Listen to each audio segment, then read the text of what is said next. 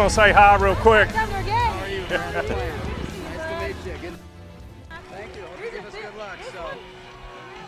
Hey, it's time for Hutto Hippo football. Todd Robinson, Ryan Robinson. We've got Bryce Doggett down on the sidelines. Gage Bowles is doing the engineering, and Gage, you probably want to bring Bryce down just a little bit here as he's talking over us, and that's okay. Hey, we are set for an exciting game tonight here at Liberty Hill. It's the Hutto Hippos versus the Liberty Hill Panthers, and this is a rematch from one of the greatest high school football games of the year last year, and not just one of the greatest high school football games for Hutto, but probably one of the greatest high school football games in the state of Texas, Ryan. The Hippos ended up winning it 52-51 in overtime. Hutto scored. It was a game of back and forth. Hutto scored in the overtime, kicked the extra point.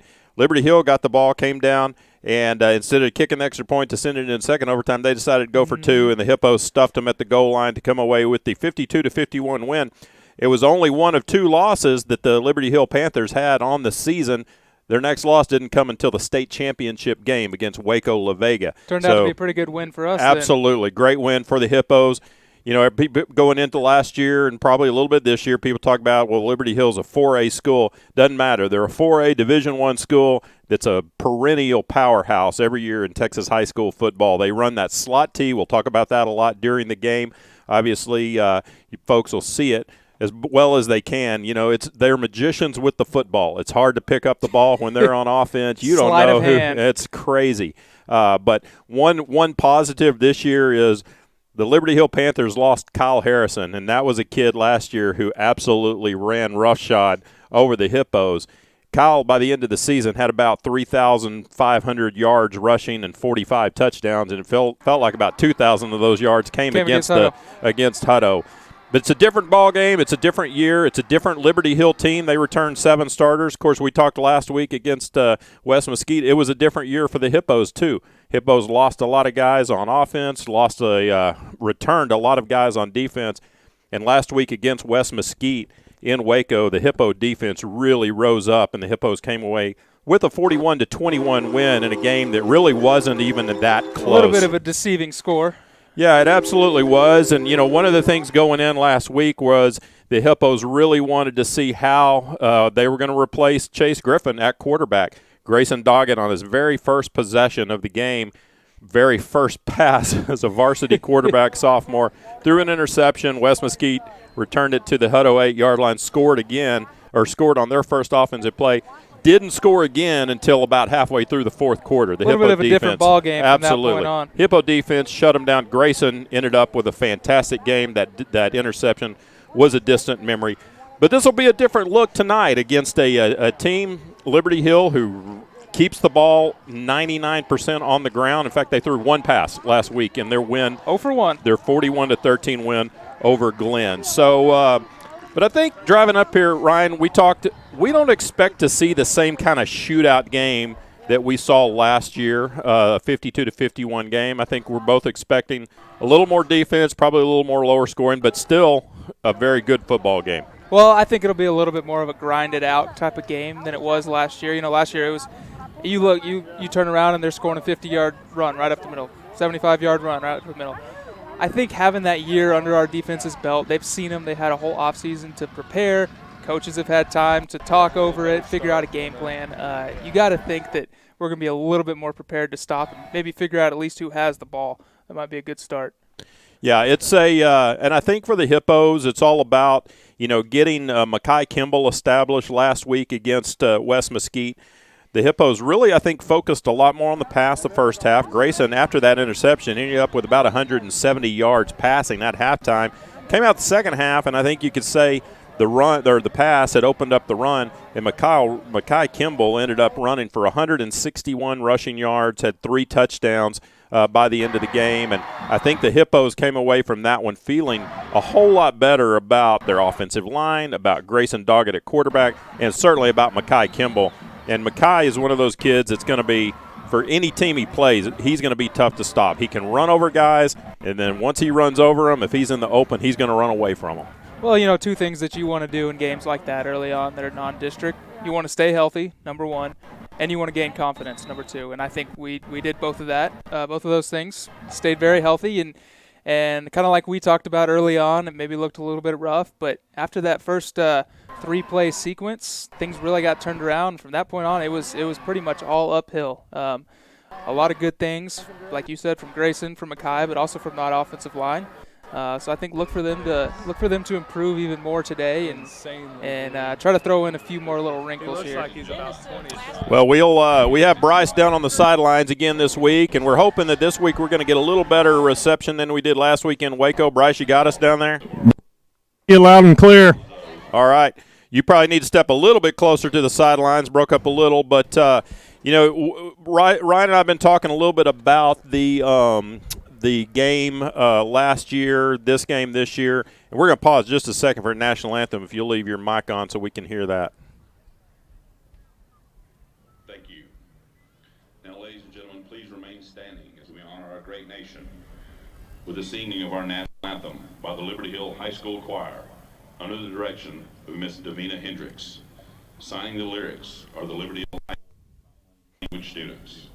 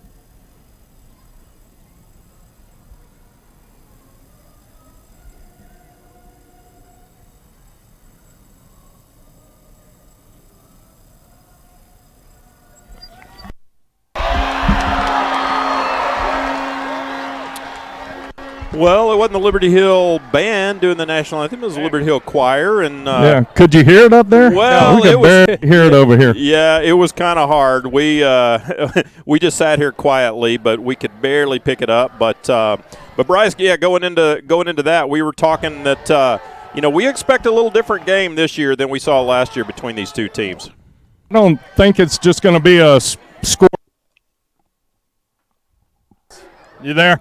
I think our defense is going to hold them, and, we're probably going to be a little bit slower on offense as well. So probably a tighter game, but should be a good one. Yeah, we certainly think it will be a good one. Obviously, we hope the Hippos are going to come away with a win.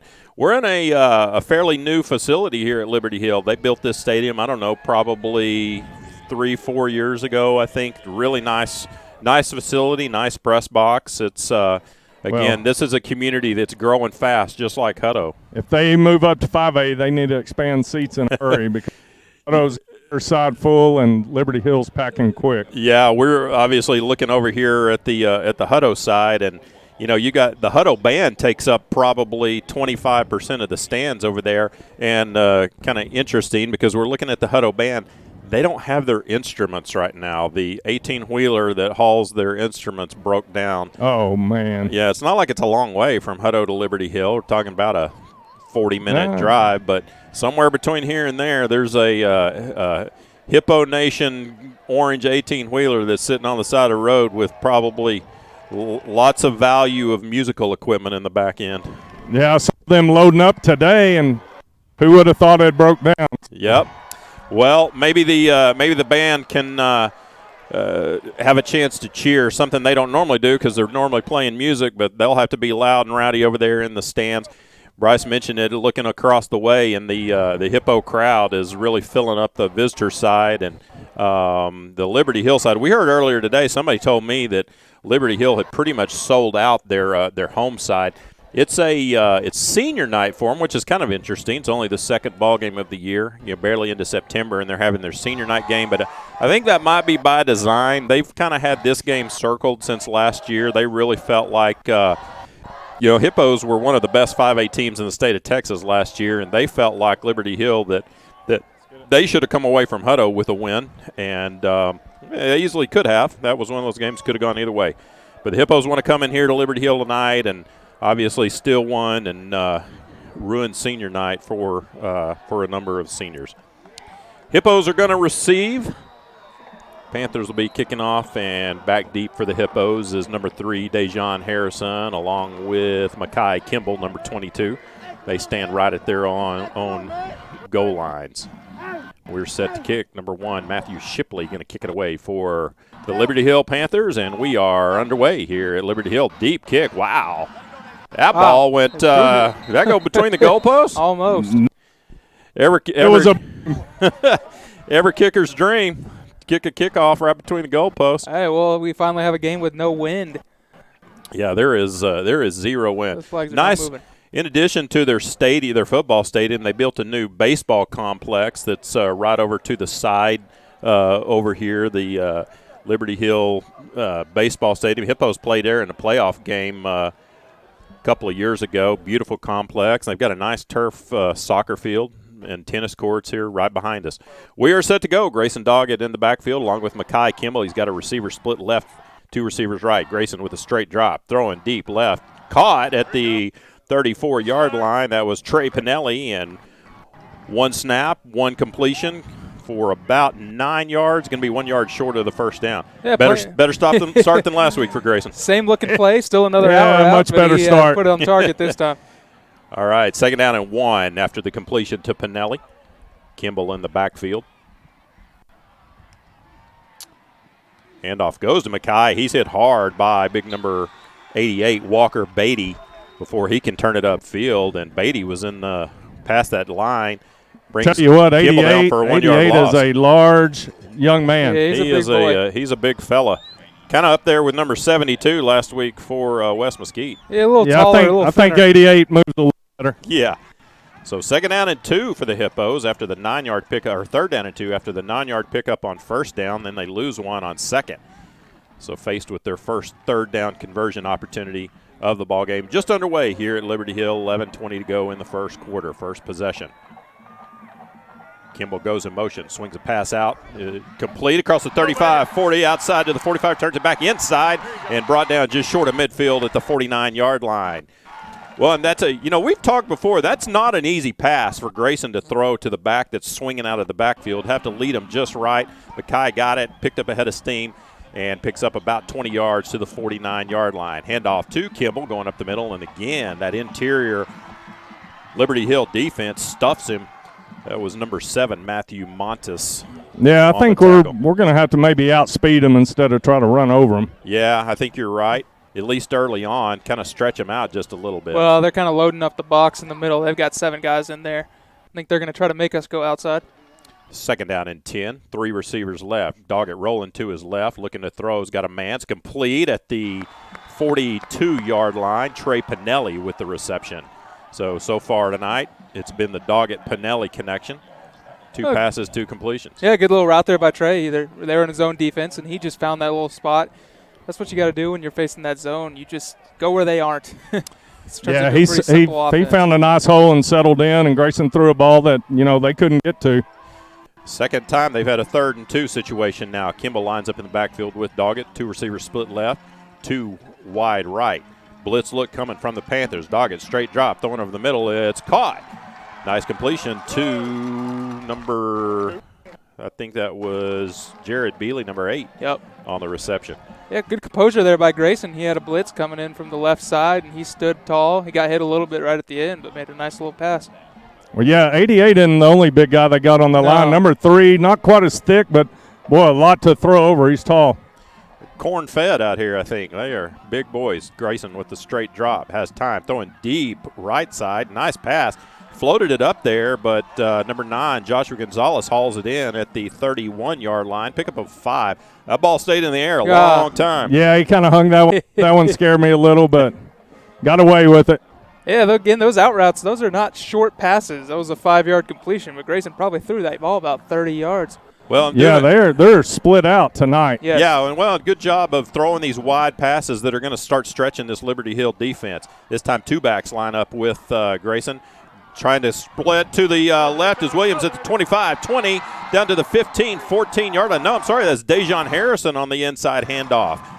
So Dejon Harrison, I thought it was Kendall Williams, but Dejon takes it inside, good blocking, and takes it all the way to they're going to mark it at the 14-yard line, I believe, maybe the 15. Yeah, Dejon just lined up in the slot there. They put him in motion. Just a little, actually another completion for Grayson, one of those where you catch it and tap it forward. Nice little gain. Yeah, great job of just mixing up the play so far by the Hippos. 1st and 10 at the Liberty Hill 15-yard line. Harrison goes in motion from right to left. Now he stops and reverses. Handoff goes to Kimball. He's at the 10. He's at the 5. Picks up a block, and he's into the end zone for the Hippo touchdown. So a great first possession for the Hippos. Tell you what, Mekhi Kimball turned it outside, and then I think it was probably Pinelli that was out there wide that just shield blocked for him from about the 5-yard on. And that's what we were missing last week. It was those blocks on those swing passes, and we kept getting called for holds. And guess they figured that out. Let's see if we can figure out the other thing we were having issues with last week. Yeah, here we go. That'll be the kicking game, particularly the blocking on the kicking game. Snap back, hold down, kick is up, and it is good. So 8:44 to go in the first quarter. Hippos strike first on their first offense possession. They lead it 7-0. You're listening to Hutto Hippo Football on hipposports.com and the SHN Sports Network.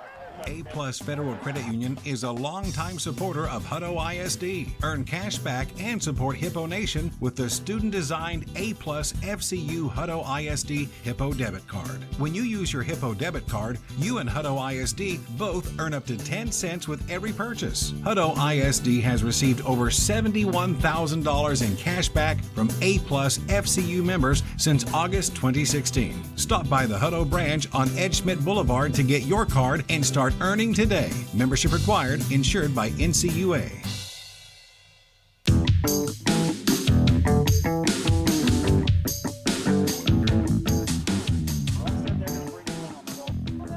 Welcome back to Liberty Hill. Todd Robinson, Ryan Robinson, Bryce Doggett bringing you Hutto Hippo football. The Hippos take the opening possession, and they march it all the way down. Great job of mixing up pass and run. Had that Liberty Hill defense off balance, and Mekhi Kimball caps it off with a 15-yard touchdown, and with 8:44 to go in the first quarter, the Hippos lead it 7-0. Yeah, finding a lot of success on the outsides with those swing passes and those wide sweeps. You wonder if eventually maybe Liberty Hill is going to have to open up that middle a little bit, maybe give Mekhi some room in the middle to work with. There's that high pooch kick, left side, fielded at the 25-yard line, fair caught, and by Austin Knox. Looks like the Liberty Hill Panthers will start right at the 25-yard line. That was a good kick right there, hung up just enough to avoid the return. Yeah, exactly what you're trying to do on those kicks. Unfortunately, too often they go out of bounds, and we saw that a few times last week too, so good to see them put it in the right spot this time. They probably worked on that a little bit this week. Yeah, you think? Yeah, probably first thing Monday morning, maybe Saturday morning when they went out to lift. All right, Liberty Hill set up 1st and 10 at their own 25-yard line. Here, Hippo defense get a first look at this slot T. Handoff goes across the 25, brought down at the 30-yard line. Number 42. Hippos are claiming there was a fumble on the play. They're not going to give it to him. He was down. Blake Simpson was the ball carrier. Simpson had 190 yards rushing last week in their 41-13 win over Glenn. In fact, they had 3 running backs with over 100 yards. Simpson with 190. Trace Seward had 115, and Nash Robinson had 105. Second down and 5. This time a handoff goes to Simpson again. He's got a little bit of room, and across the 35 to the 36. So 2 times they run it right up the middle, and a flag flies late. And that one's probably going to be a 15-yarder against the Hippos. Looks like that was Braylon Sugg, just a little bit extra. Frustrating start for the defense, and they're kind of letting it show just a little bit. 2 plays, 5 yards each time, and you got to stay composed. Absolutely. Well, I tell you, Simpson much bigger back than what we faced last year in Kyle Harrison. Although Simpson rushed for 600 or 700 yards last year, so yeah, he can still carry the rock. And I think one thing we won't see with Simpson, or we shouldn't see him running away from us like Kyle Harrison did. Kyle Harrison was a all-state sprinter for their track team, as were a couple of their offensive linemen. Exactly. Marchoff takes it to the 49-yard line, 1st and 10. This time, keeping the ball is the quarterback. Nope, he then hands – I don't know where the ball is. There they go. I'll tell you what. Number 28 ends up taking it. Nash Robinson, I believe that they had the quarterback, number 11, Kearley, wrapped up, and he somehow hands the ball off after the Hippo defense thought he was down, and Hippo coaches are on the field. They're pretty upset. I think that was it'll be interesting to watch a replay on that one, but that was one of those where the defense thought he was down and somehow ends up squeezing the ball out, and then Nash Robinson takes it the distance for the touchdown. I tell you what. We were all watching basically just them tackle They have us Kearley. fooled on every single play. I'm not sure that one was even a fooled. Well, Bryce, what did you see down there? Bryce cut out just for a second. Well, we'll take a break. It's the Hippos 7, Liberty Hill 7, 7:49 to go in the first quarter. You're listening to Hutto Hippo Football on hipposports.com and the SHN Sports Network.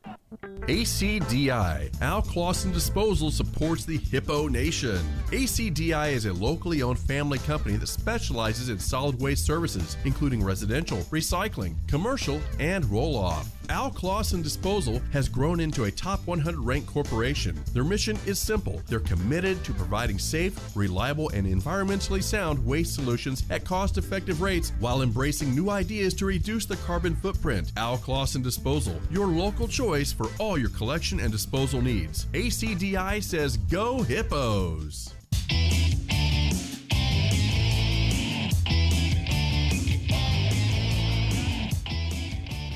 Welcome back to Liberty Hill. Boy, the Panthers strike fast after the Hippos score. We're tied at 7:49 to go in the first quarter. We're still trying to figure out what happened on that touchdown play. Well, if one thing we know is for sure, we were a little bit wrong in our pregame prediction. We thought this game might be a little bit slower, a little bit less scoring. 7-7, and we've played 4 minutes. Yeah. And Liberty Hill has a 50-yard touchdown, like we said, probably wouldn't happen. Yeah, exactly.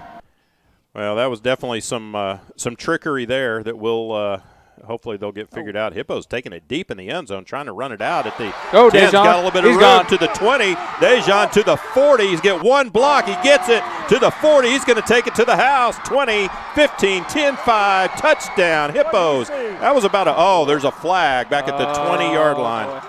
Right in front of Bryce. Bryce, did you see that? I don't think Bryce is hearing us right now. I'm not exactly sure. Tell you what, he returned that 105 yards, took it 5 yards deep in the end zone, returned it all the way for the touchdown, but a flag way back at the 20-yard line. Officials are way down here talking about it. There's not an official down where the flag was thrown. Whatever it is, I don't think Bryce is very happy about it because he ripped his headphones out. Why he's not hearing us right now. Yeah. Well, they're going to bring this one back. Wow. That's tough. Yeah. Well, Great return. Great setup. Great blocking. Yeah, it took it literally 105 yards. The ball, he took it on the middle of the R of Liberty in the end zone and brought it all the way back. But I guess a block in the back. I don't know. Nobody on that other side in white thought that there was. When Bryce gets his ears back on and hears us, we'll check with him and see what that was all about. All right, so the Hippos will start. Instead of having a touchdown on the kick return, they'll start at their own 10-yard line. Just padding the stats a little bit. The 9-yard line. Well, it's 2 plays in a row haven't gone the Hippos' way. So first and 10 for Hutto at the 9-yard line. Kai Kimmel in the backfield with Doggett. Handoff goes to Kimmel. He's hit hard, boy. Breaks away from the tackle, running right at the 5, tries to cut it across the 10. How in the world he ended up with positive yards on that? He was hit 3 yards deep behind the line of scrimmage, bounced off of that, fought away from that tackle, and then ran wide right and takes it all the way up to he lost a wheel along the way. Takes it to the 13-yard line, ends up picking up 4 yards on the play. Good job, Makai. With one shoe. He's going to come out. Second down and call it 7 for the Hippos at their own 13-yard line. 7:02 to go in the first quarter. Ball game tied at 7. Doggett with a straight drop, throwing deep down the right side, overthrows, intended for Dejon Harrison. Bryce, you got us now? Sure. So what in the world happened on that kick return? I didn't see anything. Seemed like it was right in front of you. What did they call? No, he's breaking. We're losing Bryce again. All right. Third down again for the Hippos. They've had a lot of third downs already just early here in the first quarter. Third down, they need 7. Williams goes in motion out of the backfield. Doggett gets some pressure, strips forward, and it is Great caught. Pass over the middle, complete to Trey Pinelli. Tell you, Grayson had pressure, and he stepped up into the pocket and kind of threw off of his back foot as he's stepping forward. Trey Pinelli hauls it in at the 27-yard line. Going to be 1st and 10 Hippos. Yeah, corner blitzing off that right side and forced Grayson to step up in the pocket. That's just a good feel. Especially being his second game. What a great feel, and steps up, makes a great strike. 2 receivers left, 2 right. Doggett rolling to his left, looking, throwing deep. He's got Dejon Harrison. Oh, and Liberty Hill. Did he pick it off, or was he out of bounds? They're going to say intercepted at the 44-yard line. Tell you what, it was kind of bobbled, but the Liberty Hill defender hauls it in. Grayson kind of hung that one just a little bit. He had Dejon open, but held it up or kind of floated it just a little, enough time for the Liberty Hill defender to jump in front of Dejon and pick it off. That's one of those that it kind of probably has to come out maybe half a second sooner, but yeah, I mean, that's tough. That's kind of one of those 50-50 balls. Right in front of the Hippo bench, too. So great field position for the Panthers. They'll start at the Hippo 44-yard line. Ball game's tied at 7, 6:22 to go in the first quarter. There's another run for about a yard. Flags from I don't know how they let that play continue, because there was about 3 Liberty Hill Panthers that moved before the ball was even snapped. Comes in from the far side, though, signaling it's on like the it's right going to be. side, so maybe a legal procedure. Let's see. They're calling offsides against the defense. There's no way. Holy moly. Okay. Well, got to stay composed, boys. Things aren't going their way. We're going to have to play against all of them. That's what you call Homer Mike right there. I mean, they're tight end, their left tackle. They both moved about a half second before that ball snapped. I'm not sure where they're saying we jumped off sides there, but have to get Bryce to do a little intel, figure out where the officiating crew is from. Might be a Big 12 crew based on how it's going so far. And I think Brad LaPlante, has he called timeout? I think he wants to do a little bit of yelling. I wouldn't blame him. Now they mark the ball back a yard. I can tell on Brad's face, the look on Brad's face, he's not real happy right now.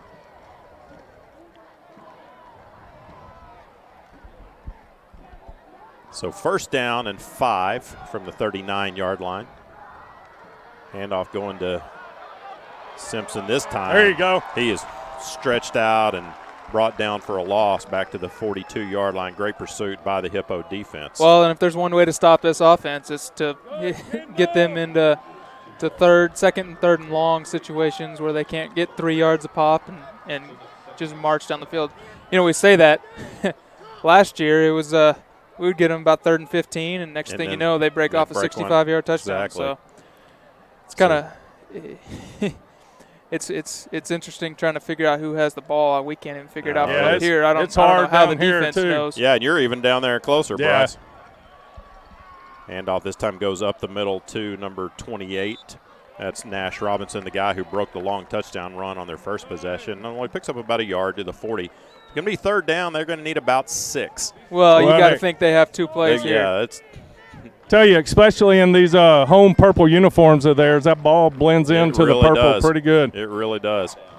I mean, I'm looking through binoculars, and I'm still having a hard time. You know, I zero in on the ball, and It's like watching a magician do a card trick. You think you know what he's doing, and then before you know it, they've tricked you. 3rd down and 6. This time quarterback clearly going to keep it heavy. There you go, Landon. Johnson buries him. The ball's fumbled. Landon picks it up. We're going to get a legal forward pass, but we got the ball. Landon recovered the fumble, and while he's on the ground, he threw the ball forward. He was trying to get a little forward pass on it.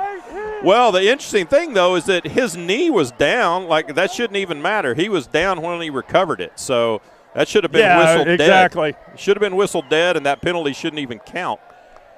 He was laying on the ground, picked the ball up, and flipped it forward, which probably wasn't real wise because then you give Liberty Hill a chance to recover that one. And get a first down if they recover. Somehow, someway, they can give this ball back to Liberty Hill, the Hutto bench might explode. Oh, I think they're trying to find a way. Yeah, it's some interesting calling going on down there, isn't it, Bryce? They're going to say he was down. Wow. What in the world? Now they're saying the Liberty Hill runner was down? Yeah. Holy cow. No, wait. Now what is going on? Now they're marching a penalty off against Hutto. Are they saying to the 30-yard line? The referee pointed to his head like it was targeting. This is unbelievable, Bryce. Wow. Bryce, see if you can do a little intel and figure out where this officiating crew is from. I would guess Liberty Hill. Yeah, like maybe some dads out of the stands. Man. Yeah, they didn't have enough room in the stands. These are packed full. Unbelievable. 7 volunteers to come down and referee. Well, and here's the deal: is the flag that was thrown happened after the possession change. Hutto had already recovered the fumble. It was way at the 40-yard line, and Liberty Hill into the field. And then they marched this penalty off against Hutto from the line of scrimmage, and Liberty Hill keeps the ball. I got coaches next door have no idea either. I got no idea. This is what game are you watching? Homerism at its finest going on right here. Sorry, we're being homers by saying it, but my goodness. So 1st and 10, Liberty Hill. Handoff goes up the middle. Tell you what, I think there's some frustrated Hippo defenders right now. Hit them all.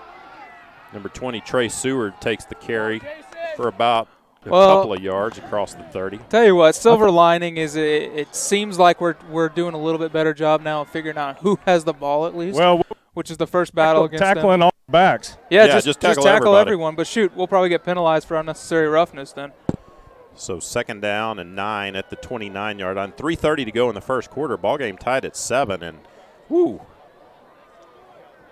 it's probably a good thing this one's just radio and not video tonight. Handoff up the middle. Across the 25 down to the 24-yard line was number 20, Trey Seward. I don't know. Maybe we'll watch the video replay tomorrow of this and realize that these calls were right, but I'm going to have a hard time believing it right now. I mean, a lot of things go back and watch. Yeah. When they tackled him, I thought there was a chance that he was down, but I don't know where that flag came from. I saw that once we recovered it, I thought for sure, like you were thinking, that it was going to be a forward pass. The flag was way back then. Yeah. I don't know where I have no idea. Here we go, guys. 3rd down and 4, ball at the 24-yard line, and Hippo into the field. And the Hippos jump off sides. Movement. See where the flag. Well, the official on this side is going to call off sides on the Hippos. Let's see who this one gets called against. Well, it's going to be against him. They're calling off sides. He's walking in, calling off sides against Hutto. They need to be calling that a dead ball then. I don't understand how they're letting him play because he was drawn off sides. Even if we are jumping off sides, their guy is moving before that ball is being snapped. They need to call that a dead ball. I don't know why they're allowing them to continue to play. That should be an encroachment and 5-yard penalty. They shouldn't get the opportunity to then run the play as well. I don't understand. Well, that 5 yards gives them a first down at the 19-yard line. Not to mention the fact that they've moved first both times. Mm-hmm. For those, nobody's watching this right now because we can't live stream on Friday night, so the replay will be available tomorrow. It's all audio, but take our word for it, and I'm sure you are because it's all we're talking about. Right now, the officiating in this ballgame is heavily one-sided. I think the Hippos call timeout. I'll tell you, Coach LaPlante steamed. Well, he's going out to midfield to talk to the officials right now. Yeah, I think he's legitimate. He has a legitimate gripe of what's going on.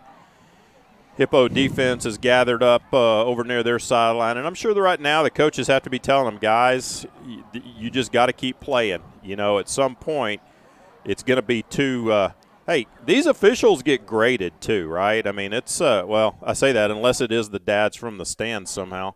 But otherwise, these officials get graded, and I assure you Brad will be sending the tapes to whoever's head of this officiating crew. Well, and look. Funny, I've got the director of UIL down here by me, and I told her, I said, hey, we're going to turn somebody into UIL. She just kind of laughed. Yeah, well.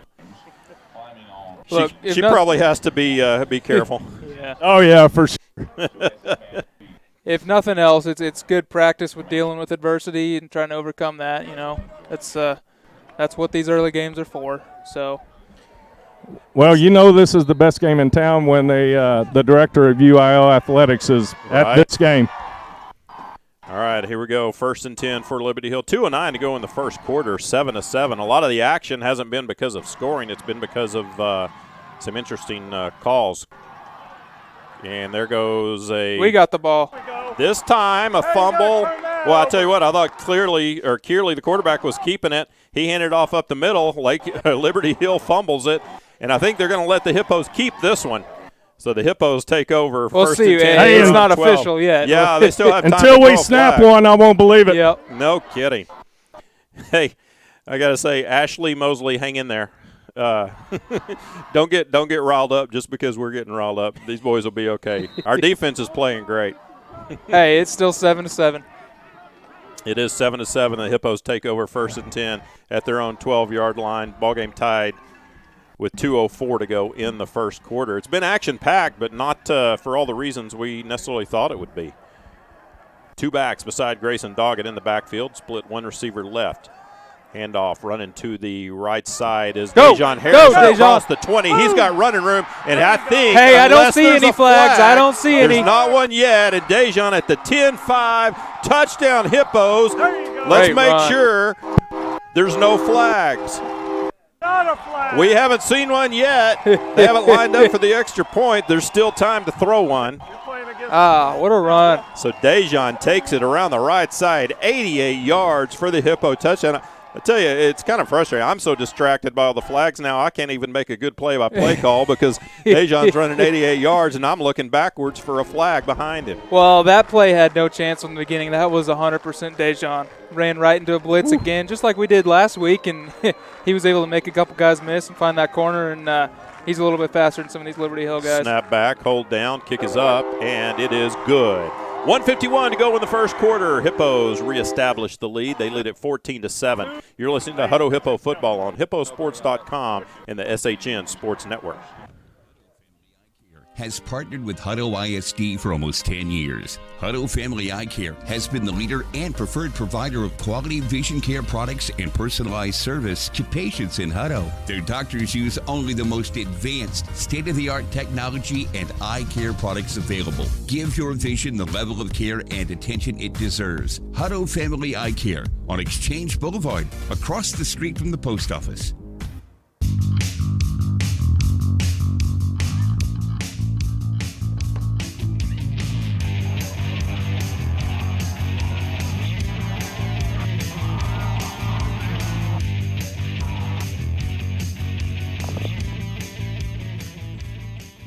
Welcome back to Liberty Hill, and the Hippos have reestablished the lead 14-7 with 1:51 to go in the first quarter. And what a crazy 6 minutes of thinking the Hippos had returned the ball for a touchdown, returned a kick for a touchdown. It was called back from penalty. Thinking the Hippos had gotten a fumble recovery. It was overturned by a penalty. And then finally the Hippos get a fumble, and Dejon Harrison on the first play takes it 88 yards for the Hippo touchdown. Kickoff is out of bounds at the 27-yard line. Barely. That official was hoping that ball would go out of bounds just so he could throw his flag again. Of course.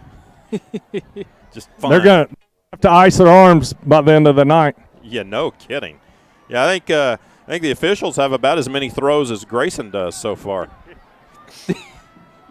They definitely have more. They definitely have more throws than Liberty Hill. I called Coach Mosley. I said, "Hey, man, it's you against 21 right now," and he's like, "Man, it's crazy." We'll tell him his wife. We got his wife kind of riled up, but I think she's okay now that we've gone back ahead. It's like we're going to re-kick. So they are going to have the Hippos re-kick the ball. You know, and this is one of those. I know some of these teams we play, they have some real return threats, so you probably are very careful. And I'm not sure. I mean, Liberty Hill.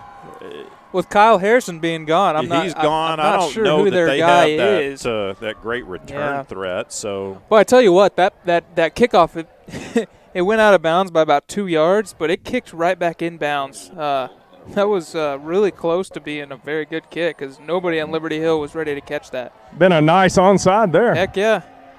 Yeah, I don't think after watching Dejon with kickoff return in that last run, they don't have anybody in run like that. I don't think so either. So Hippos will kick again, this time from their 35-yard line. There is 0 wind. You look at those little flags on top of the goalpost, they are just laying right there beside it. This time it's going to be fielded at the 33 and hit hard right as it crosses the 35. There you go. Brought down by Travis Taylor, number 4, and Liberty Hill will start off 1st and 10 from their own 37, 38-yard line. Looks like where they'll spot it. 1:48 to go in the first quarter. Hippos leading 14-7. Yeah, I was just talking with Hayden down here. I said, it could be 21-28-7 real quick. No kidding. Boy, it's just everything's gone against the Hippos, and, kind of nice that's happening. We're up 14-7. Exactly. So here we go. Panthers. Handoff across the 40, big running room, 45, midfield, still running, legs are churning. Takes it across the 45 all the way down to the 43-yard line, and Hippo in the field. Blake Simpson, who had 190 yards rushing last week for the Panthers, and I like seeing him stay up like that. As he keeps doing that, we'll get that ball out. Exactly, somebody will strip it. That's a big boy who can carry those Hippo defensive linemen that far too. Hippos have some big boys that can tackle him too. Just need to do it. 1st and 10. Put a man in motion. Handoff up the middle. And a flag comes in. Block. Might be a flag against Liberty Hill. We'll see. We'll see. Tell you what, you say they put a man in motion. They're literally putting a man in motion almost every other play. They got guys moving before the snap every single play. And that's one of those things that I know Brad talked about a lot last year was they don't get set. Well, they're not getting set, and they're getting head starts too. Hutto's been fighting that since, late 90s. They've been raising that issue, and it never gets called. Exactly. Yeah, those guys, they just kind of basically run up there and snap it. Hey, but we got a holding call.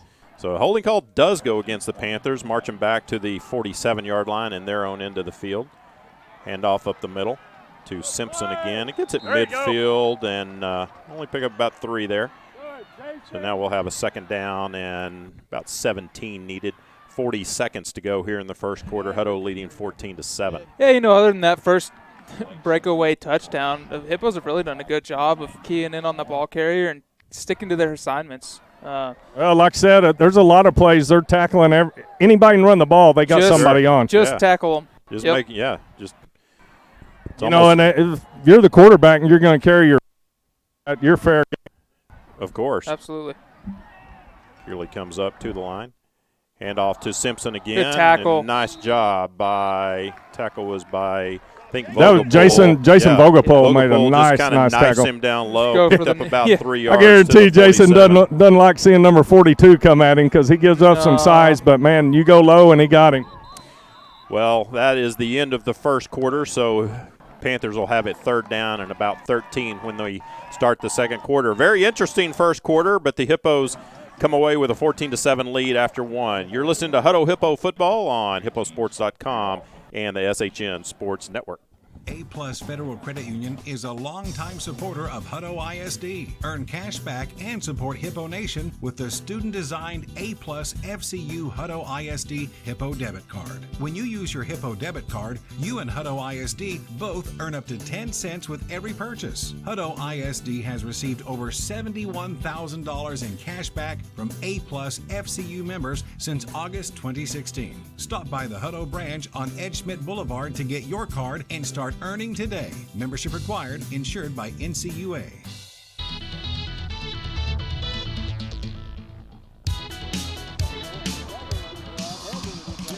Welcome back to Liberty Hill. Todd Robinson, Ryan Robinson in the box. Bryce Doggett down on the sidelines. And tell you, scoreboard says after one quarter, Hutto 14, Liberty Hill 7. If there was a place to put a score for the guys in the stripes, you'd probably have to give them a few points as well. Yeah, it's like you said, like Bryce told Mosley, it's about 11 against 18 right now. And so far we're winning that battle. Yeah. All right, Liberty Hill will start third down. They'll need about 14 for the first down. Ball at the Hippo 47-yard line. Shout out to Jennifer Hoffman, girls basketball coach for the Hippos, listening in. Probably frustrated along with us as she hears us. This is going to be a pass. Heavy. Oh, almost there you go. Tipped away. Ball's incomplete. Heavy pressure by Vogelpohl, and then number 13, Tyler Kelly. I think had Tyler Kelly got a hand on it. Yeah, he jumped did. up He was and about tipped it 6 away. inches from taking that back for 6. He could have jumped in front of that and taken it all the way. Well, I've been impressed with Tyler Kelly first 2 games. You know, a baseball kid that's been out of football a couple years, but boy, he's played well. So yeah, that was well read. Doubled their incompletions on the year. They're now 0 for 2 on the year. He's having 2 Jason Vogelpohls on the field. It makes it nice. Absolutely. So they'll punt. Drops the snap, but plenty of time. Gets it away. Going to be fielded at the and sliding down on the reception was Dejan. Well, I guess he kept that from bouncing and going out at about the 2, but the Hippos will take over first and 10 at their 13-yard line. Yeah, if we would have some pressure, you know, he fumbled that snap. We might have made something happen there. Well, and he didn't get a lot of hang time on that. Dejan could have gotten over there in time. There's no telling what he could have done, but like you said, that was a good play of him just to catch that and keep it from going out. Well, so many times in we 30 got years. We got our instruments now. Well, there we go. I tell you what, the Hippo crowd is loud, even without the band. I tell you, both sides are packed. Well, it's an intense game. I think after what happened last year, everybody expected something, and so far it's been fun. Hippo set up first and 10 at their own 13-yard line. Kimball in the backfield fakes the handoff. This little slant pass complete. There you go. Across the 25. Hold it. 30-yard line, I believe, was number 9, Josh Gonzalez, hauled that one in. Nice pass by Grayson on the slant. Yeah. No, that was like we talked about it last week, running that RPO. Finally pulled it this time and found that slant run across. Yeah, made a nice fake to Mackay, kind of threw the backers off and gave a little lane. It helps when you have some success on the ground. First and 10 at the 30-yard line, and the Hippos move, but that's been offsides all night. Yeah, that's been offsides against the Hippos. Liberty Hill jumps and makes the Hippos move, but I have a feeling this one's going to be probably against Hutto. Just a guess. Well, this was a false start, but so were all the offsides that they called against us. So still talking if about if we're going based off of precedent alone, yep, false start. So it's false start against Hutto. Well, let's just remember that next time. Well, when looks the like purple team has the ball. Looks like our band finally got all their instruments. Yeah, that's what Bryce was saying. Yeah. That making music now. So marching back 5 yards, be first down and 15 from the 25-yard line. Split a single receiver out to the right, 2 receivers left. 1 man in the backfield. Doggett steps forward, changing the play. Kimball in the backfield, and got those little storyboards that they hold up. It's the new wave in offensive play calling. Fakes a handoff to Kimball. Throwing over the middle and intended for Dejan, just overthrows him. Dejan was open, barely. but Grayson let it just a little too much, and Dejan couldn't haul it in. Yeah, I tell you, 2 for Liberty Hill, got his hand on it and almost pulled it in. Mm-hmm. Yeah, right over the top of Dejan and almost right into the hands of Brady Brewer. So second down. You overthrow Dejan, you threw it too far. Yeah. That's hard to do. Yeah. So second down and 15 for the Hippos. Split 2 receivers left, 2 right. 1 man in the backfield. Straight drop. Looking, throwing over the middle. It's Trey Pinelli at the 30, 35. Kicks it back outside to the 40. Run out of bounds near the first down.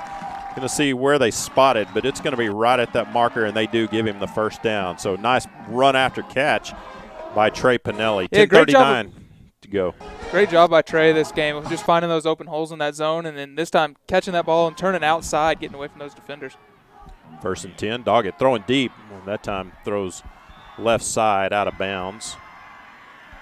That one was well covered, so he was going to have a hard time completing that one. Yeah, it was a safe miss. It's a good phrase, a safe miss. I mean, it is. You're right. Absolutely. Yeah. If you're going to miss that throw, miss it out of bounds. Miss it where nobody can catch it. Yep. Doesn't matter if they got 11 guys over there if it's out of bounds. Can't catch Second down and 10 at the 41-yard line. Hippos 2 receivers right, double receivers left. Now 1 man goes in motion. Dejan from left to right. Doggett rolling to his right. He's got a man open. It is caught near midfield. That's not even the man that I was looking for. That one was complete to number 2, Xavier Phoenix. Yeah, he had Jay Lambert at about the 45-yard line, but he settled for the man that was underneath. Well, Still a good gain. They keep running that smash route to either side. That inside guy's going to run a corner. That outside guy's just either going to kind of settle down with a little hook route, and that's just been their bread and butter right now, finding that hole in that zone. 3rd down, Hippos need 1. Ball at midfield. Blitz look coming from the Panthers. Ball's complete out midfield. 45 across the 42 and brought down at the 41-yard line was Xavier Phoenix. Yeah, and a great block. Xavier's brother Jordan was the defensive player of the week last week, returned that interception for a touchdown to get the Hippos on the board to start the season. Xavier said, hey, I want my name called, and he's gotten it called twice. 1st and 10, Hippos, ball at the 41-yard line, and Panther into the field. 9:35 to go here in the second quarter. Hutto leading 14-7. 3 receivers left this time. Single receiver right. Makai Kimball in the backfield with Doggett. Snap back, straight drop. Looking, now rolls to his right. Throwing right sideline. 10 for Dejan Harrison. Off his hands and out of bounds. Incomplete. Yeah, that's should have had that one right in front of me, and Dejan will take that one back. Well, you should have stepped out and caught it. Yeah. I don't think they would have known, Bryce. You just step out there and catch that and then step out of bounds. Yeah, for sure. Again, rolling out and running that same route combination this time. Defensive back stepped up to go get that hook route and had the corner route open, but just couldn't reel it in. 2nd down and 10 for the Hippos. This time inside handoff goes to Kimball. Looks for a little bit of room. Runs over 1 man. Keeps his legs going. Still going. And brought down at the 30-yard line. Ends up picking up about 11 yards for the first down. He is so strong when he runs the ball. Away 220? Yeah, it's just amazing how strong he is. Got a little bit of an assist there on the first down, too. Those 3 plates of spaghetti last night. That's what it was. That's right. He came back for 3 plates. So first down for the Hippos at the 30-yard line. And, again, Makai's one of those guys. He's strong, but he's also fast. So if you don't get him, he's going to run away from you. Heavy pressure coming from the Panthers. Makai trying to get outside. Oh, this time no. he fumbles the ball. There's a scramble for it, and the Panthers fall on it way back at the 42-yard line, and Hippo into the field. Boy. The only person that really had a chance to maybe come get that one was Grayson, and he was outnumbered. And he got hit pretty good, they cleaned his clock. Yeah, he got popped. Probably a little bit late, actually. Well, I can't believe they didn't throw a flag on that. Yes, shocking. So Makai tried to take it outside, and he got hit hard, and the ball just goes flying backwards about 10 or 15 yards. Yeah, it's one of those where that helmet just hits right on that ball, and no matter how hard you're holding on to that thing, a lot of times it just pops right out. Lucky that they didn't just scoop that up and score. There was nobody in front of about 5 Liberty Hill defenders going to pick that thing up. So first turnover for the Hippos tonight, and Liberty Hill will take over 1st and 10 at their own 43-yard line after the fumble. I'll tell you, that offense was moving the ball, too, for the Hippos. Inside handoff goes to Robinson, or actually that was number 20. Did you see Braylon down there, Bryce? I didn't see it. What happened? He went to go block him, and Braylon picked him up and threw him over his shoulder. Number 28, Did you like see he that? wasn't there. Yeah. It was like a WWE finisher move. And 28 didn't have the ball. The ball carrier was number 20, Trey He don't want it Seward. either. He's Picked like, up don't 2. fake it to me again. Yeah, make it where none of those guys want the ball. Pickup of 2, second down and 8, ball at the 45-yard line. This time a pitch, straight pitch going left to Simpson. Tries to stutter step and turn it up. We got And I a tell you, flag he gets some coming in. positive yards at midfield, and he's finally brought down. Could have been a hold, and I think it is a hold against Liberty Hill. So this one should go back quite a ways. Bryce, Hippo defenders seem to be doing a good job now of finding the ball just about every play. Well, they're finding it. No, well, like I said, they're finding anybody that could get it and taking care of that. But, yeah, they're getting to Simpson good, and that's a hard-running boy, and you better wrap him up. No kidding. Well, you kind of wonder if some of those calls that went against them there in the first quarter, if that didn't just fire them up a little bit and make them decide to play even a little bit harder. Well, if we keep tackling their fake ball carriers like we just did, they're not going to be carrying out those fakes with as much gusto. So second down and about 20 yards needed. This time again, handoff up the middle, and boy, just stopped by the There's Hippo Braylon with defense. 28 again. Yeah, he's not having fun Braylon's right on now. a mission right now. 28's like, man, what do you got against me? Yeah. Tell you what, Braylon is Ryan and Lauren's next door neighbor. Ryan might have to go leave him cookies or something tomorrow morning. Hey, it's funny. All these guys are so low-key and quiet, off the field, but They just save it up wound all week. up now. Uh-huh. They are fired up tonight. 7:05 to go in the second quarter. Hippos lead. It's 14-7. Probably should be more. Third down, and Liberty Hill needs 18 yards. This time again, handoff up the middle. Great job by the Hippos. One of the things not that a lot of room to run. and one of the great things the Hippo defenders are doing is once that ball is handed off, they're not falling for the fake that Liberty Hill likes to carry out, where you still have about 2 guys running 30 yards down the field. Yeah, and that's a matter of the mature defense, like we talked about. They're just doing their job. You have to do your job when you face an offense like this. One guy does something wrong, and that's when they break those things for 70 yards. So far, they've everybody's been keying in on their keys, and so far so good. So Dejan stands back for the punt.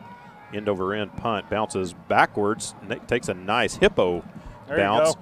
Bounced at the 30 and then kicked all the way back to the 35-yard line, and Hutto will set up. They'll give them the 36. So Hutto will set up 1st and 10 at their own 36-yard line.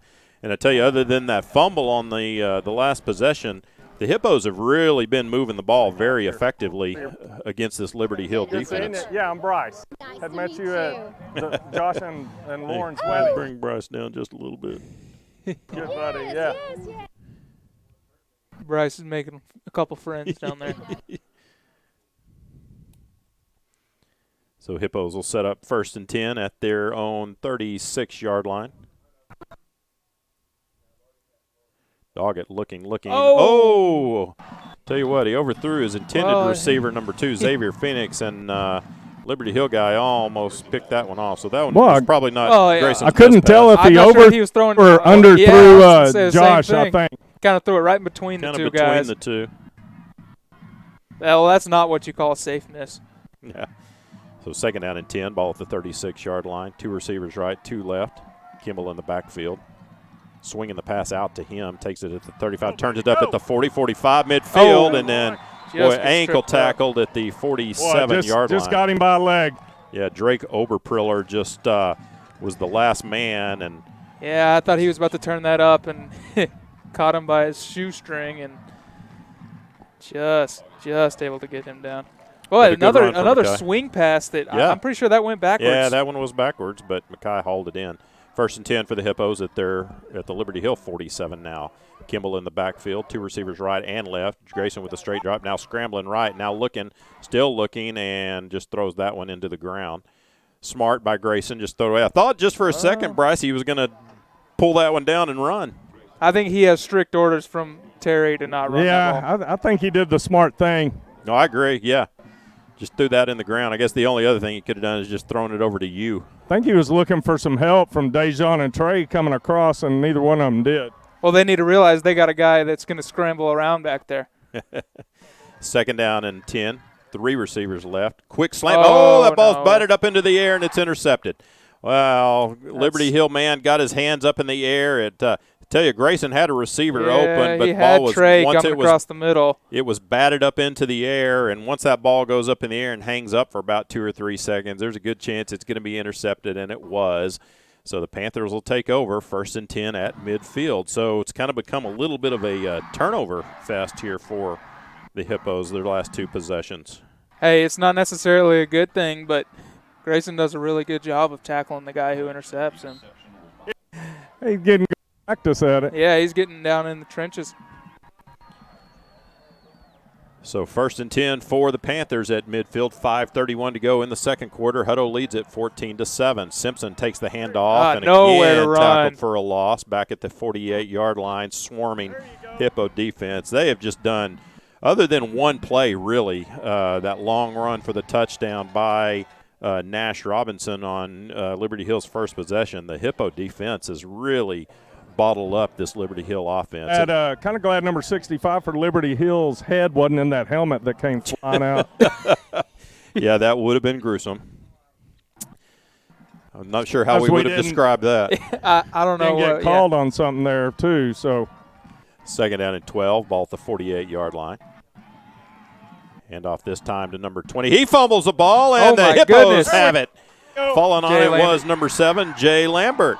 So stripped away, ball's on the ground. Hippos pick it up at the 43-yard line. Well, we said this game we didn't think would be like last year's game, and, boy, definitely not so far. This one's been this game has stayed between the 35s. Yeah, it really has. And, you know, I say some of this you credit to the defenses, right? I mean, defenses sometimes are responsible for those turnovers. You do, but it's also one of those things like we talked about last week. It's a lot of new faces out there on offense, and sometimes ball security becomes something you kind of forget about. And that was especially one when you're getting blown up and WWE finished, and you're like fearing for your life. So, I think credit a little bit to the defense. 1st and 10, Hippos at their own 43-yard line, leading 14-7, 5 minutes to go in the first half. Little throwback the other side, trying to set up a screen, and great job blowing that one up. He did not have possession, but they're going to say he did. They're going to say a fumble, and Liberty Hill picks it up and is going to return it for a touchdown. Wow, I did not see possession on that. Yeah, he had it. You think? Yeah, Bryce, did he make a football move? Yeah, I thought he had it, and he just kind of dropped it over the back. Well, they set up a screen pass, and I'm not. Was it was it Dejon or was Xavier Phoenix? It was Xavier. Yeah, Xavier Phoenix. I guess he had it just long enough, and and it's one of those kind of comeback tunnel screens. And defender for Liberty Hill got past his block, knocked the ball loose, and they pick it up and they return it for the touchdown and a point after away from tying this one up. Well, and kind of a high throw by Grayson, and he had to jump up and get it, which – when you're running those comeback tunnel screens, you don't actually have a guy blocking. You're supposed to be running away from him. So when you got to go up and jump and get that, snap back, hold down, kick is up, and it's good. 4:47 to go in the second quarter. It's now 14-14. You're listening to Hutto Hippo Football on hipposports.com and the SHN Sports Network. A-Plus Federal Credit Union is a longtime supporter of Hutto ISD. Earn cash back and support Hippo Nation with the student-designed A-Plus FCU Hutto ISD Hippo Debit Card. When you use your Hippo Debit Card, you and Hutto ISD both earn up to 10 cents with every purchase. Hutto ISD has received over $71,000 in cash back from A-Plus FCU members since August 2016. Stop by the Hutto branch on Ed Schmidt Boulevard to get your card and start earning today. Membership required. Insured by NCUA. It's weird. I don't know why we don't keep doing it.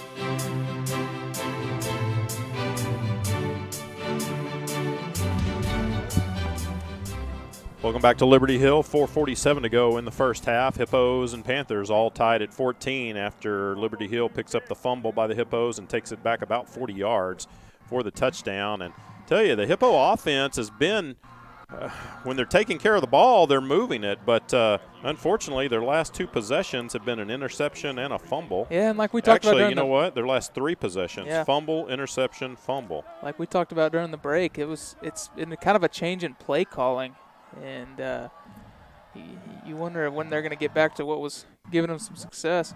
There's a high pooch kick, and the Hippos, Kendall Williams falls on it at the 42-yard line. So Hippos are going to they're going to start this possession about where they started their last one. Kicker just kicked the ground right in front of the ball. I don't he almost think that missed it.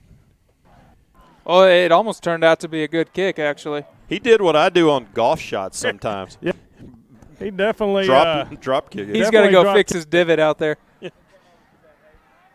Yeah, we need to get the ball in Dejan and Mackay's hands. Need to kind of and reestablish what we were doing. I mean, that Hutto offense was really kind of dominating, and now they've gotten sloppy.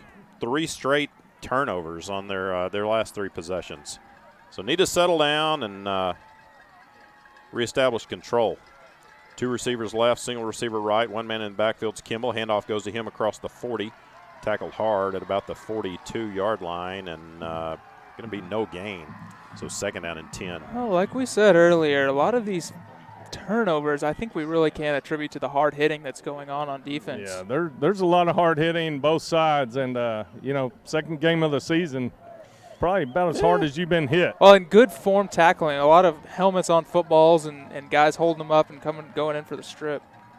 Snap back to Doggett. Watch Gets out. heavy pressure coming on the right side. He's got Pinelli across midfield, 45-40. Cuts it back Put that ball away. outside and trying to strip it. He hangs on to it and taking it down to the 37-yard line. Boy, Tell you Grayson took a shot there. Yeah, Grayson had that blitz coming in from the right side, stood in there, released it at the last second, and Pinelli takes it all the way down to the 37-yard line. Goodness for nice rib protection. Yeah, he's No got kidding. that expensive flak jacket on. Thank goodness. He got bent in half.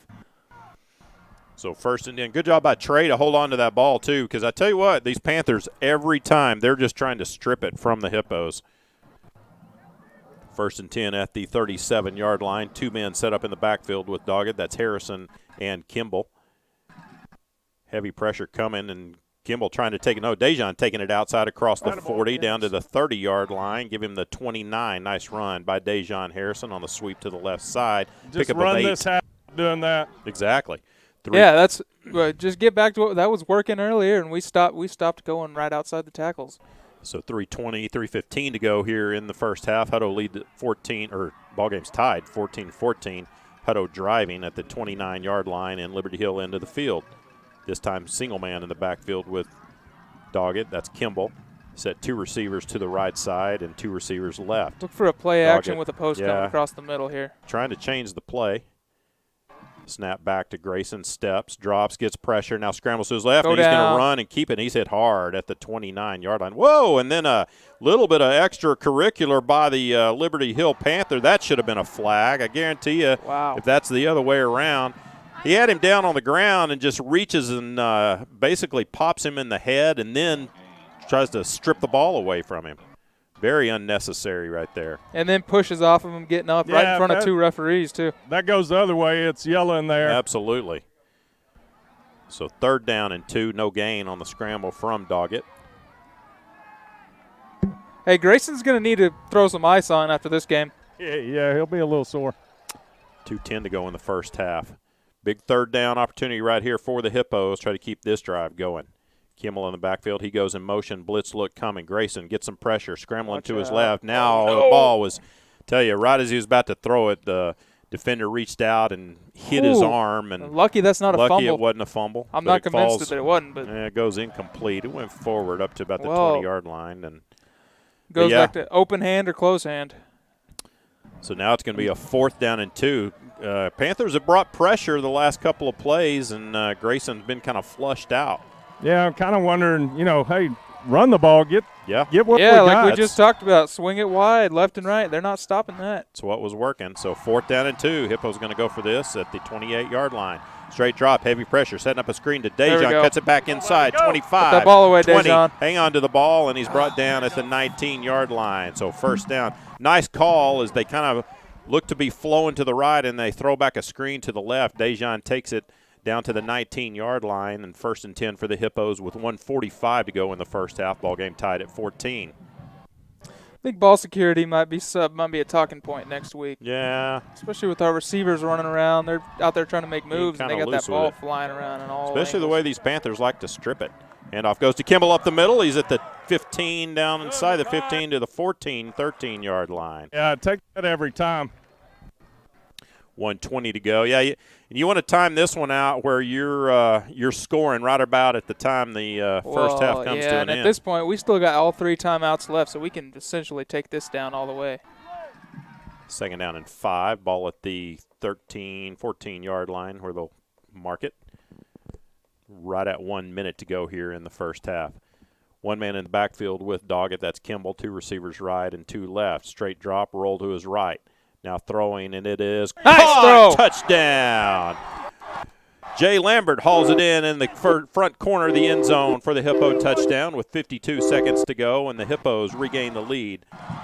Great nice ball. Pass. Great ball by Grayson. Rolls out, got a good block there by Mackay as well, and gave him just enough time. Still a lot of pressure in his face, but he's been staying very poised, and just a great ball in the corner of the end zone for touchdown. So point after attempt to come here by number 20, Evan Gutierrez. 52 seconds left on that throw for the touchdown by Doggett. Snap back, hold down, kick is up. Hey, good protection there, too. Yep, no pressure. So 52 seconds go in the first half. Hippos regain the lead. They lead at 21-14. You're listening to Hutto Hippo Football on hipposports.com and the SHN Sports Network.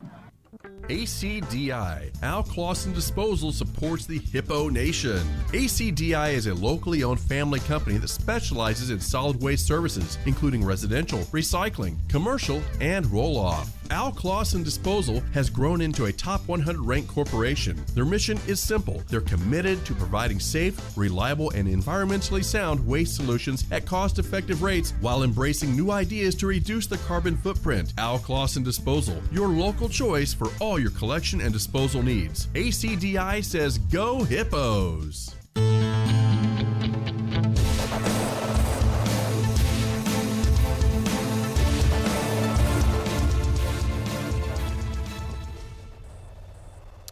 Welcome back to Liberty Hill. Hippos regain the lead 21-14 with 52 seconds to go before halftime. Now you just got to be careful that you don't give up anything one of those big. Sneaky fullback touchdowns. There's that high pooch kick. Fielded at the 30-yard nice line tackle. And hit hard inside the 30. Great job by number, I believe that's 13, Tyler Kelly with the hard hit on the return. And Liberty Hill will set up 1st and 10 at their own 27-yard line. Looks like where they'll mark it. 49 seconds to go. Get a couple more shout-outs. Chief Scott Kerwood, our great fire chief, Hutto Fire and Rescue, listening in. And tell you what, that's one of the good guys right there, Chief Kerwood. Awesome guy. And Gage Bowles' dad, Ryan, is listening. Ryan, appreciate you listening. Gage is doing a great job. And Mart Herrick listening in from Georgetown, I'm sure, unless he happens to be in Mexico. He often goes there for nice vacations. But it's unfortunate. Yeah, Mard lives a hard, retired life. I want to be like Mard. Looks like Liberty Hill's content to let this thing run down. But, hey, they still have one more play, so you literally never know. They've only thrown one pass. Oh, it doesn't take a pass for them to score. Exactly. 2nd down and 8. 15 seconds to go. Moose mode. Motion. And again, they motion and they don't call it. They got a flag down. Yeah, I was going to say they moved. They finally did call that one. Yeah. We got all the Hutto coaches in the booth right next door to us, and they're just hammering the desk for the flag. Well, that flag's hard to see over there, too. It doesn't make any sense to me why they are letting them play when there's motion. I agree, 100%. Well, there are actually 2 flags down. I think one they're going to call. I think they're going to call a holding out here on the receiver. Illegal shift. Yeah, called the illegal shift. That never gets called on them. So there you go. We'll. I'm going to keep an eye on Brad as they run off the field here at the halftime here in just a second and see how many years he's bending. 8.8 seconds to go, and I'm sure Liberty Hill might not even snap because they'll probably start the clock here, and they might just let this one run out. Hippos leading 21-14. And the clock has started. They run up to that line, see if they get the snap off. They do. Handoff going left and tackled for no gain. So great job by the Hippo defense to end the half. And, again, I'm trying to find Coach LaPlante and see if he's going to chew on anybody. Yeah, Mosley's fired up. I think Mosley, I think he had a word for the guy in the striped shirt that was kind of right in front of him, who's about half his size. I think that guy. Yeah, if there's someone I don't want to take a chewing from, it's Bo Mosley. Well, we are at halftime, and tell you what, one more shout out to Mark Aspenleiter. He's listening in, and Mark is the great PA guy for Hutto football. You have heard many great calls by Mark over the PA system during Hutto Hippo home football games. Well, we are at halftime. We are going to take a break, and tell you what, Bryce, if you can still hear me, we want to leave that mic on and just pick up the band during halftime. Maybe, tell you what, I don't know if you want to set it down somewhere safe or just be careful. I don't know where it is, but I'll get it somewhere. Yeah, somewhere, and then we're just going to leave the video running because, of course, this is being recorded and will be streamed over the weekend. Folks can come back and watch the halftime show. But we are at halftime, and we'll be back in about 25 minutes, maybe about 20. Recap the first half. It's the Hippos leading 21-14 at half. You're listening to Hutto Hippo football on hipposports.com and the SHN Sports Network.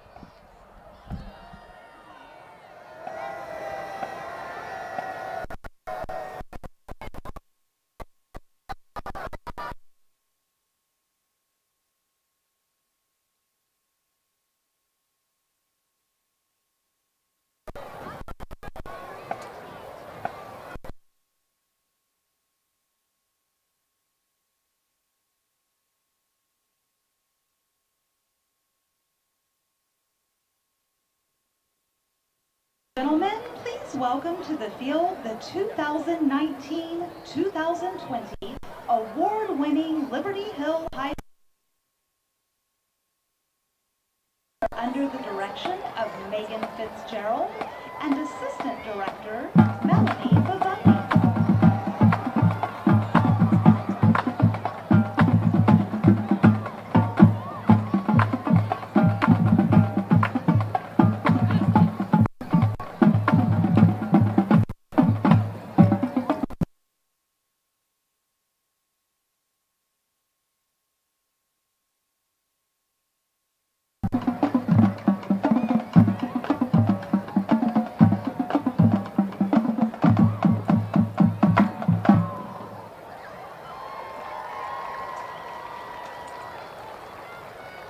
The Liberty Bell line officers are Junior Lieutenant Dominique Burson, Senior Lieutenant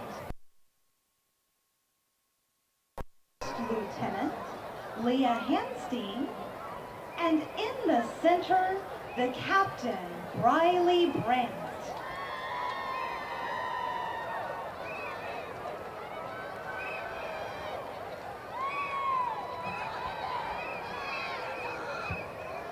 Social officers of the Liberty Bells are Spirit Chair Callie Witt, Historian Anissa Garza, Vice President Caitlin Muchler, and President Riley Frank.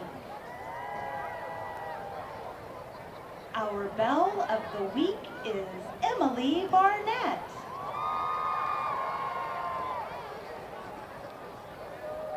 Tonight, the Liberty Bells have a very special performance dedicated to their seniors. Performing with their loved ones, their Bob and Sue routine to My Girl.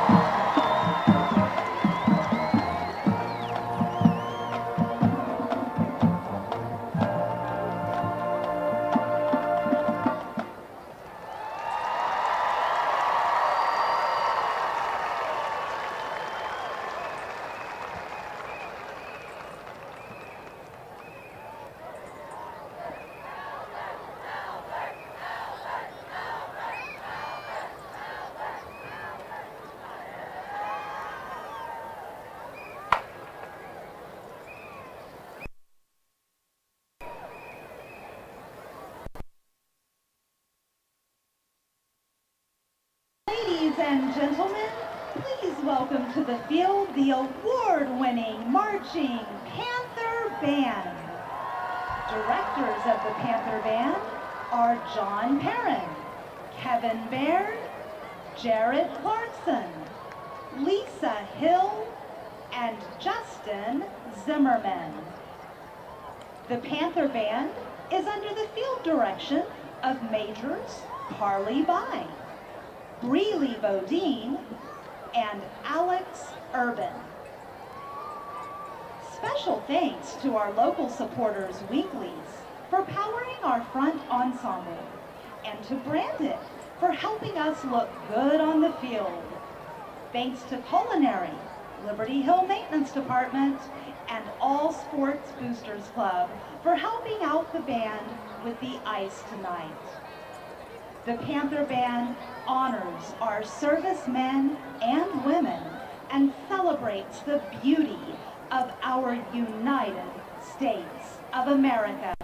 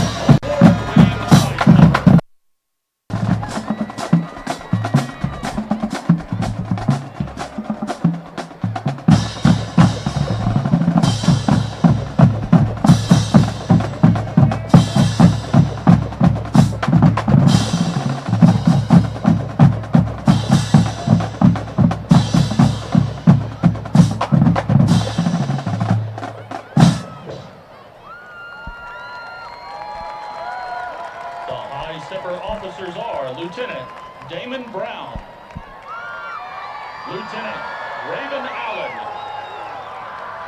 Lieutenant Jada Williams. First Lieutenant Daniela Pimentel. Captain Jimena Sagredo. The High Stepper Social Officers are Bailey Griner, Sumner Pugh, Lizette Morton, Abigail Erickson, Lydia Lafongo, and Haley Smith. The High Steppers are directed by Courtney Worrell and Tiffany Baylor. High Stepper of the Week is Samantha Hackney. Most Spirited High Stepper of the Week is Jada Smith. And now for your halftime entertainment. The award-winning High Steppers show their hippo pride with their high kick routine entitled Boogie Wonderland. Ladies and gentlemen, the Hutto High Steppers.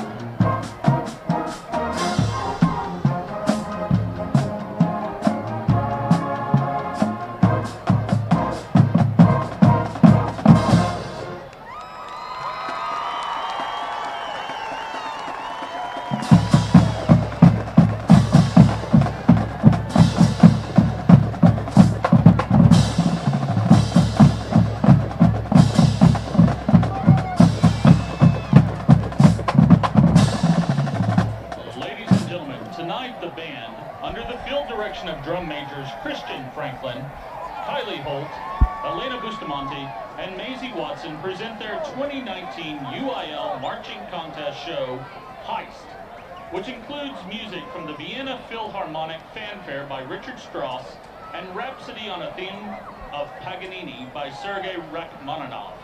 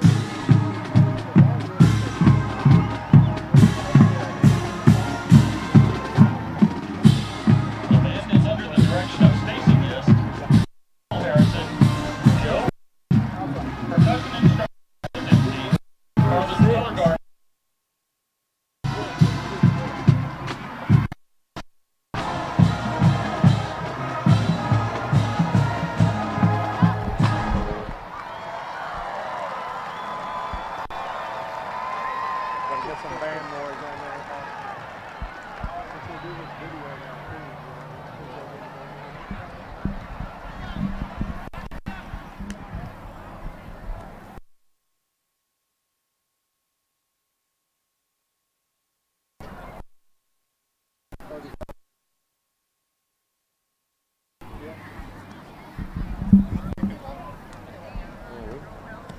Play against the Red.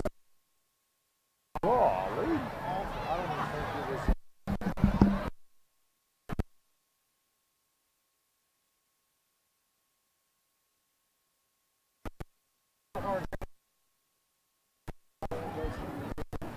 Man, I told. I got a meeting. Yeah. Take care of yourself. I'll come to a Hutto game. Okay. For the whole thing. All right. Bring my dad. All right. Sounds good.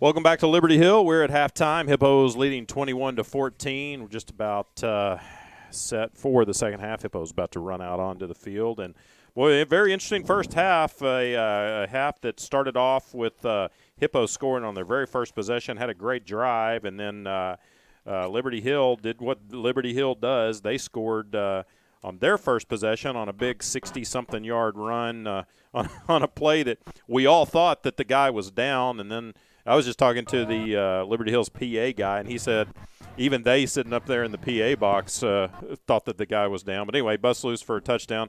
Then Hippos kind of controlled a lot of the first half, but they got both teams with quite a few turnovers. Hippos had 3 turnovers. Liberty Hill had 3 turnovers, and ends up, and then some questionable calls. But Hippos kind of reestablished right before halftime what they had been doing well, which was really running the ball. Grayson Doggett's done a good job of throwing the ball. Haven't gotten any stats yet from Michael Holiday. Actually, it looks like you might have just gotten some, Ryan. So if you get them, yeah, let me read a couple. So we had 315 yards total offense. Wow. I want you to take a guess how many Liberty Hill had. Well, they had one big, long play, and then they had, of course, one of their scores came off of a fumble recovery that they returned for a touchdown. But, I'm going to guess they didn't have more than 150. 108. Yeah. 108 yards. Yeah. Great job. Did you hear that, Bryce? Yeah, I did. That's amazing. I was going to guess 120, but yeah. Yeah, we actually had 4 turnovers. They had 2. Yeah, we had 2 picks, 2 fumbles. Yep.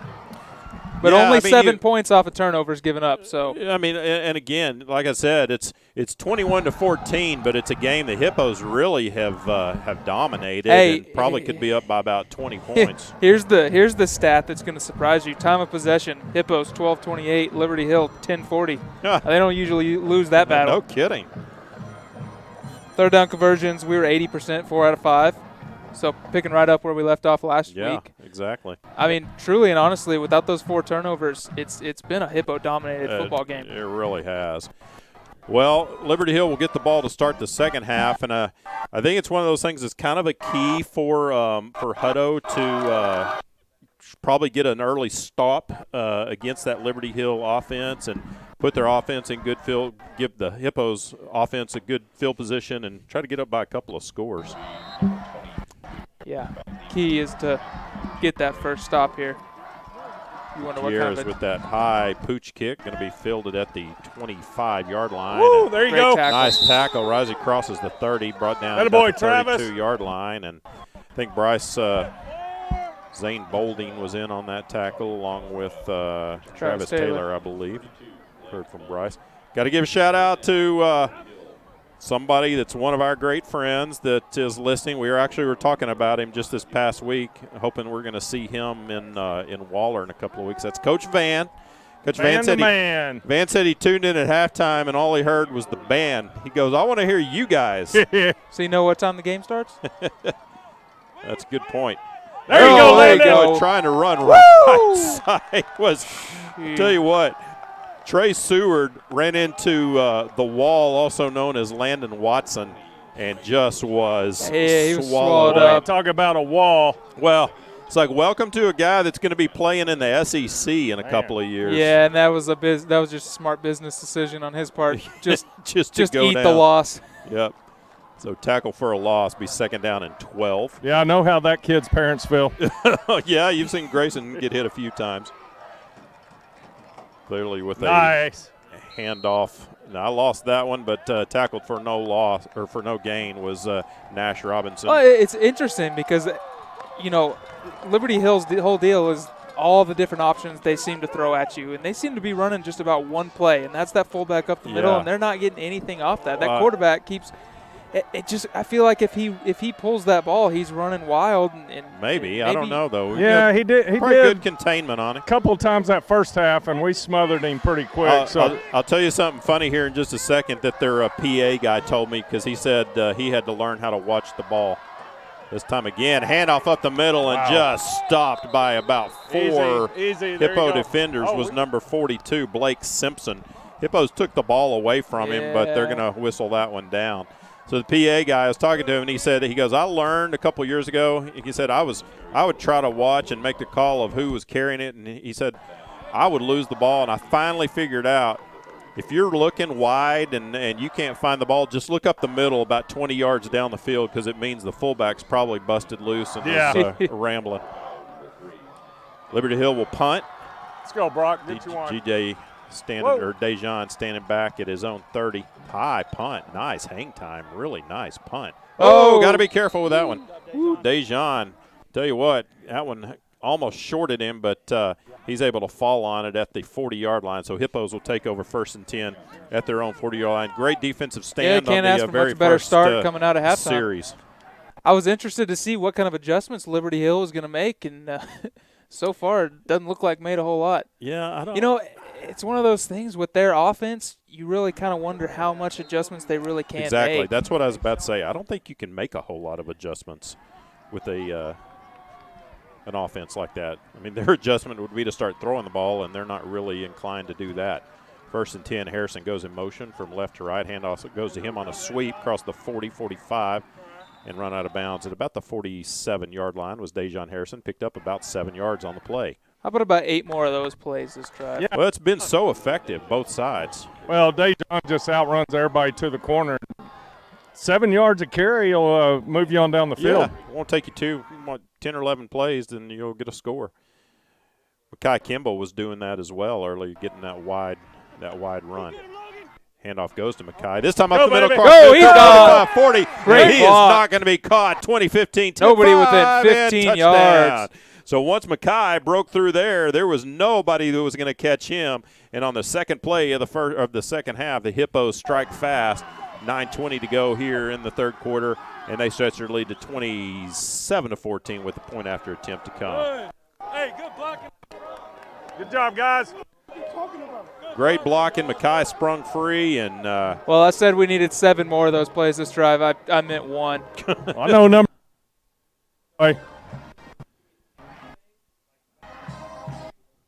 Lost Bryce there just for a second. Gutierrez snap back, hold down, kick is up, and it is good. 9:20 to go in the second half. It's now Hutto 28, Liberty Hill 14. You're listening to Hutto Hippo Football on hipposports.com and the SHN Sports Network. Hutto Family Eye Care has partnered with Hutto ISD for almost 10 years. Hutto Family Eye Care has been the leader and preferred provider of quality vision care products and personalized service to patients in Hutto. Their doctors use only the most advanced, state-of-the-art technology and eye care products available. Give your vision the level of care and attention it deserves. Hutto Family Eye Care on Exchange Boulevard, across the street from the post office.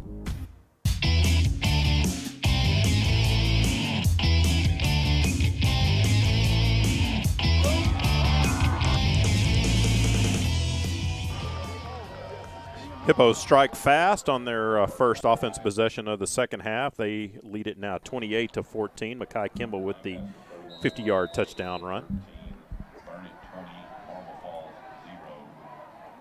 Gutierrez with that high pooch kick. Done a good job with that. Fielded at the 25, across the 30-35, and brought down about the 36-37 yard line. Good job. Hippos, tell you what, he's hanging that ball up high enough and to give that coverage team a chance to get down. And and you know that's exactly what you want in high school. There are so many good athletes that are outmatched on these special team units, and just get that ball down there so you can swarm that ball carrier and not let him break free. Yeah, and you don't find a lot of kickers in high school that can kick it. Right, yeah, right. I mean, well, and even if you do, let's look back at what Dejon did. Caught it 7 yards deep and still took it out. So that's a great point. Well, I was yelling no, though. Yeah. So Liberty Hill sets up 1st and 10. Pitch, sweep to the right side. A little bit of running room across the 40, 45, and run out of bounds about the 49-yard line. The first time we've seen that play all night. Yeah, well, they've run it a couple of times. It's the first time they've had success with it. So he was able to get around that right end and take it all the way up near midfield, 49-yard line. Well, I think they finally lulled us to sleep a little bit in the inside, and was able to just get that edge. Well, that's what they do. You know, they'll just keep working you and then finally bust something. Handoff goes to Simpson. He's hit hard. Oh, they might say they weren't set finally. A call on the not set. False start. Legal procedure. There we go. All right. First time in 25 years that call's been called against Hutto. And we got to experience it. Witnessing history. So marching back 5 yards to the 44-yard line. Now it'll be second down, and they'll need 15. First down and 15, sorry. It's kind of like, playing a team like West Virginia in basketball. You foul enough, you commit enough of those penalties, they're not going to call it every time. Refs have just kind of gone numb to it. Sprint to that line, set up.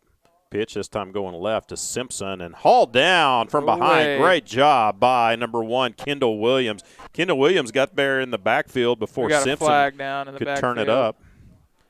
Flag way back over here. Back. In the there definitely wasn't a defensive receiver out there near either. the Hutto sidelines. Yeah, I mean, you can't have an sideline interference. warning or something. Unless there were too many men on the field. Did you see that, Bryce? 2, 4, 6, 8. But, have 11. I don't know what he called there. It was against Liberty, Well, illegal. yeah, we declined it. Yeah, not sure what that was.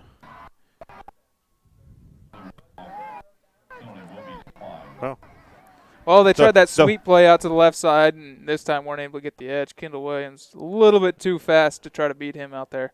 And to be fair, we were all over those officials in the first quarter, and some flags have now kind of started going the Hippos' way. They've picked it up too. These officiating crew is great. They're fantastic. It's been an excellent game. Yeah. I think maybe Brad getting in their ear maybe swayed them a little bit.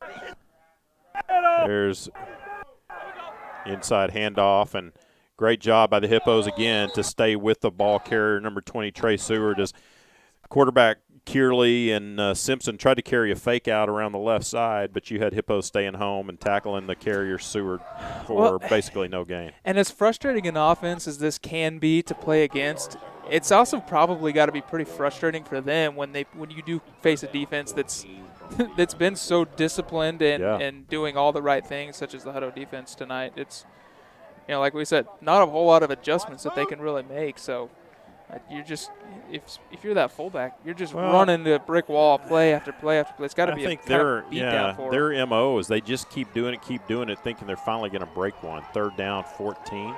They're going to pass this time. Throwing back, got a little bit. Well played. What a play by the Hippos. Number 2, Xavier Phoenix, just completely blew that one up. They rolled to his right and threw a throwback pass to the left side, and Xavier Phoenix just comes downhill and blows it up. Absolutely. So, great play. Super job. Vogelpool was in on that as well. But let's give a congratulations to the first completion of the year. Well, there you go. For negative yards. They were 0 for 1 last week. They're now 1 for 2. Amazing. For a negative 1 yard. They were doing better passing when they were incompletions. They had about 4 blockers out there for the receiver. And just didn't block the one guy we had. He just went right through him. Yeah, well, great defense by the Hippos. Low snap on the punt, fielded, punt away. Bounces at the 25 and straight out of bounds at the 25. So Hippos will take over 1st and 10 at their own 25-yard line. Great job by the Hippo defense here to start the second half. Yeah, I think they're a little bit worried about Dejan catching that ball back there. They have not given him a chance. Can't imagine why. I love your comment. They were more effective passing when they're incomplete. Yeah, how many teams are through 2.5 games are 1 for 3 throwing for negative 1 yards? 1. One that we know of. First and 10 for the Hippos at the 24-yard line. At some point, you got to think we're going to see some more throws by them. Well, they might get into a place where they're going to have to start throwing it. That's what you want if you're a defense playing against them. Grayson Doggett with a pass to Dejon Harrison, 35-yard line. That one's going to come back. A hold, I think. Kind of an unnecessary hold, too. Who was out there holding? Pinelli. Was that Pinelli here on the left side? Yeah. Trey's listening to him talk about it, but I think he knows what's coming. Yeah, and it's kind of unfortunate. Dejan had already broken past him. Screen pass, and Dejan took it all the way up to past the 40-yard line. Well, you know what? They might call pass interference. Trey was out there blocking, and Dejan caught that ball past 1 yard past the line of scrimmage. They're walking backwards, though. Well, offensive pass interference. Oh, offensive interference. You can block on a pass if it's behind the line of scrimmage. Yeah, pass interference. He was out there blocking, and Grayson led him a little bit too much. And once you catch that ball past that line of scrimmage, you're not allowed to be blocking if you're a receiver. And that play is designed to be caught behind the line of scrimmage, in which case that would have been a well-played play. But good observation. Yeah. Another weird rule. Why is offensive pass interference only a 10-yard penalty, but defense pass interference is 15? Yeah, that's like my weird rules on if you're inside the 10-yard line, a penalty against the offense could be 5 or 10 yards, but against the defense, it's only half the distance. It should So be first double. and It should 20. be double the distance to the goal. There you go. So 1st and 20 now for the Hippos. March it back to the 12-yard line after that penalty. Kimball in the backfield with Doggett. Handoff goes to Mackay. Spins out of a tackle. Gets about a yard or two up to the 14-yard line. 2nd down and 18. 6:18 to go in the third quarter. Hippos leading 28-14. Got to give another shout out. My cousin Matt Hilliard and his wife Lindsay and their little girl Lydia, they were driving down to Austin from Denton tonight and being entertained by Hippo football on hipposports.com. Just doing our job, serving the people. That's right. 2nd down and 18. Well, you owe him because he did your wedding last summer or a year ago. Yeah, now we're even, right? There's a pass to Dejan complete at the 40. Breakaway. Trying to get outside, break the tackle, hold on to the ball, and is just hit hard from behind, but takes it all the way up to the 44-yard line. Again, Grayson with a good job standing in got and a little finding extracurricular coming in afterwards. Grayson found him on that little crossing pattern, and then a flag flies in late. I think that's going to be Panthers. Should be a 15-yarder against Liberty Hill that you'll tack on to the end of this. Just a dart across the middle by Grayson, stuck it right in his chest. And Dejan, I thought he was going to break away, and as he's fighting, he kind of jumps backwards and just gets absolutely smothered by a guy running down the field. Then looks like they came in and got a little bit extra there at the end, and it's going to tack on an extra 15 there for the Hippos. So mark that one all the way up to the 41 in Liberty Hill into the field, and Hippos will have it 1st and 10. Great officiating. Just really well done. This is a crew we want every game. Going in motion is Jay Lambert across the 40 to the 35, gets outside to the 30, finally run out of bounds inside the 25 at the 23-yard line. And again, went on a little jet sweep from the right to the left and ends up with about a 17, 18-yard gain. Again, I can't think of a lot of instances where we have not had success with that play running outside. Yeah. Left or right, running back or receiver, we've got more speed than them, and I just don't see why. We just need to be getting that edge every single time. Around the corner with number 3, number 7, 22, we're gone. Yeah. Why don't we try another one and let Grayson toss one right up the middle and get that safety rolling down. 1st down. Lambert goes in motion. He might have turned it up a little too soon. Grayson with a straight drop, now being flushed, and just throws that one into the ground. I think he was just doing a good job of throwing that one away. I was afraid the Hippos might get called for Lambert turning it up a little too soon, but got away with that. Grayson saw 88 coming at him. I'd throw it away too. Mama Doggett was yelling at him at halftime. Stop getting hit so much. 2nd down and 10. Ball at the 23-yard line. 5:15 to go in the third quarter. Hippos leading 28-14. Looking to stretch that again. Dejan goes in motion from left to right. Handoff goes to Tell you what, he broke it. I thought he was down. Went to Kendall Williams. He spun around, and I was waiting for the whistle, but he never was down. Got up and kept running and takes it inside the 20 down to the 18-yard line. Yeah, I think it was one of those instances where the guy tackles him and he rolls right over the top of him. I don't know if he ever actually touched the ground. Well, good job by Kendall to continue with the progress. Yeah, turned a loss into a gain of about 2 yards. So 3rd down and call it 5 for the Hippos now. 4:45 to go in the third quarter, leading 28-14. It's been a briskly played third quarter so far. It has. A lot of keeping the ball on the ground. Kimball sets up next to Doggett. Handoff goes to Mackay, trying to kick it outside. He gets to the 15, across the 10, still fighting inside the 10, down to the 8-yard line. Going to be 1st and goal for the Hippos now. Well, it's like playing hopscotch out there, just hopping left and right. You just can't touch him. Hopping around, and then that burst of explosion to get going north and south again. Yeah, it's just so fun to watch him run because he's just he's a versatile running back. Like I said, he'll run over somebody. He'll just keep his legs going and break tackles. He's kind of got the moves that Chooks had almost, but he's just a little bit bigger. Well, stronger for sure, and certainly has the speed. Little option play. Oh, Grayson Brock. Doggett Brock Bueno in, keeps it for the touchdown. Hey, and there's the play, that red zone with Brock, like we've been talking about. Oh, I started calling that. I was like, Grayson, keep it. Got fast. Grayson. Wow, look at the wheels on Grayson. So Brock Bueno comes in, and they run a little option to the right. Brock keeps it and takes it 8 yards for the Hippo touchdown. Yeah. They stretch their lead to 34-14. First time we've shown that all year. You wonder if Liberty Hill was even ready for that. I'm sure they did not practice for that play. Yeah, probably said quarterback runs the ball. Let him run. Make him.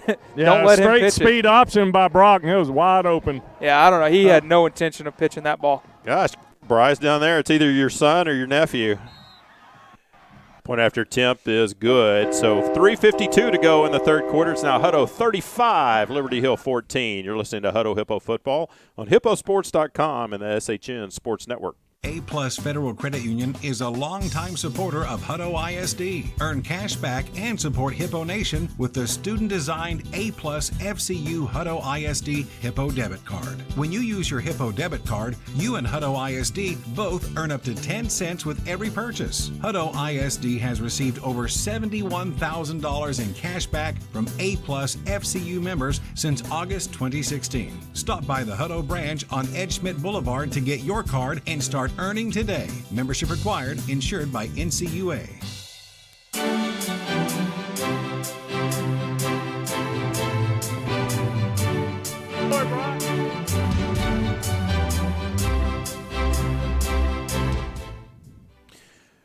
Hippos stretch their lead to 35-14. 3:52 to go in the third quarter. Brock Bueno with his first touchdown of the season.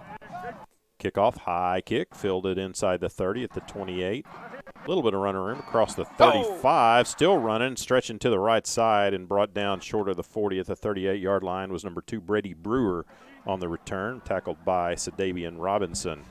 So Liberty Hill set up 1st and 10 at their own 38-yard line. Looked like that one was maybe going to have a chance to go for something a little bit bigger, but Hippos did a good job of just sticking with the return man. Just a lot of team speed that we have. Even non-defensive guy or non-defensive unit guys are just flying around. Not only do we have size, but we've got that speed. Well, credit Van for that. He's listening in. You know, he did such a great job of recruiting all this speed that we've had. I'm kidding. Of course I'm kidding.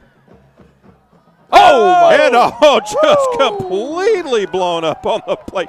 Braylon Sugg was in the backfield and just absolutely he's hurt a little bit. Destroyed number 11, Jacob Kearley. Maybe rolled an ankle or something. He might have a cramp. Yeah, he's cramping up. He's grabbing that hamstring. Yeah. Well, we made it almost a game and 3 quarters without our first cramp. We didn't have a single one that That's we remember a celebration cramp. There you go. He's been working hard to make sure that they don't get any extra yards or that they don't carry out their fakes effectively. Well, I'm telling you, while he's down, Mr. Kearley probably should go over and just say, "Hey, thanks for not killing me." I don't know how he held on to that ball. They were trying to throw another pass. Well, it looked like that might have got open, and but boy, no time. Yeah, tell you what. Every time they try to throw a pass this game, it's just gotten worse and worse. First one's incomplete. Second one's lost a yard. Third one sacked for minus 10 yards. So, well, you know, if you're on the opposing offense, no matter which team it is this year, you're going. I've got Braylon Sugg. I've got Landon Watson. I've got Lordsville. I've got these guys that are not only good defenders, but they're guys that could hurt me. And yeah, quite literally. Yeah. Bryce, is it hot down there?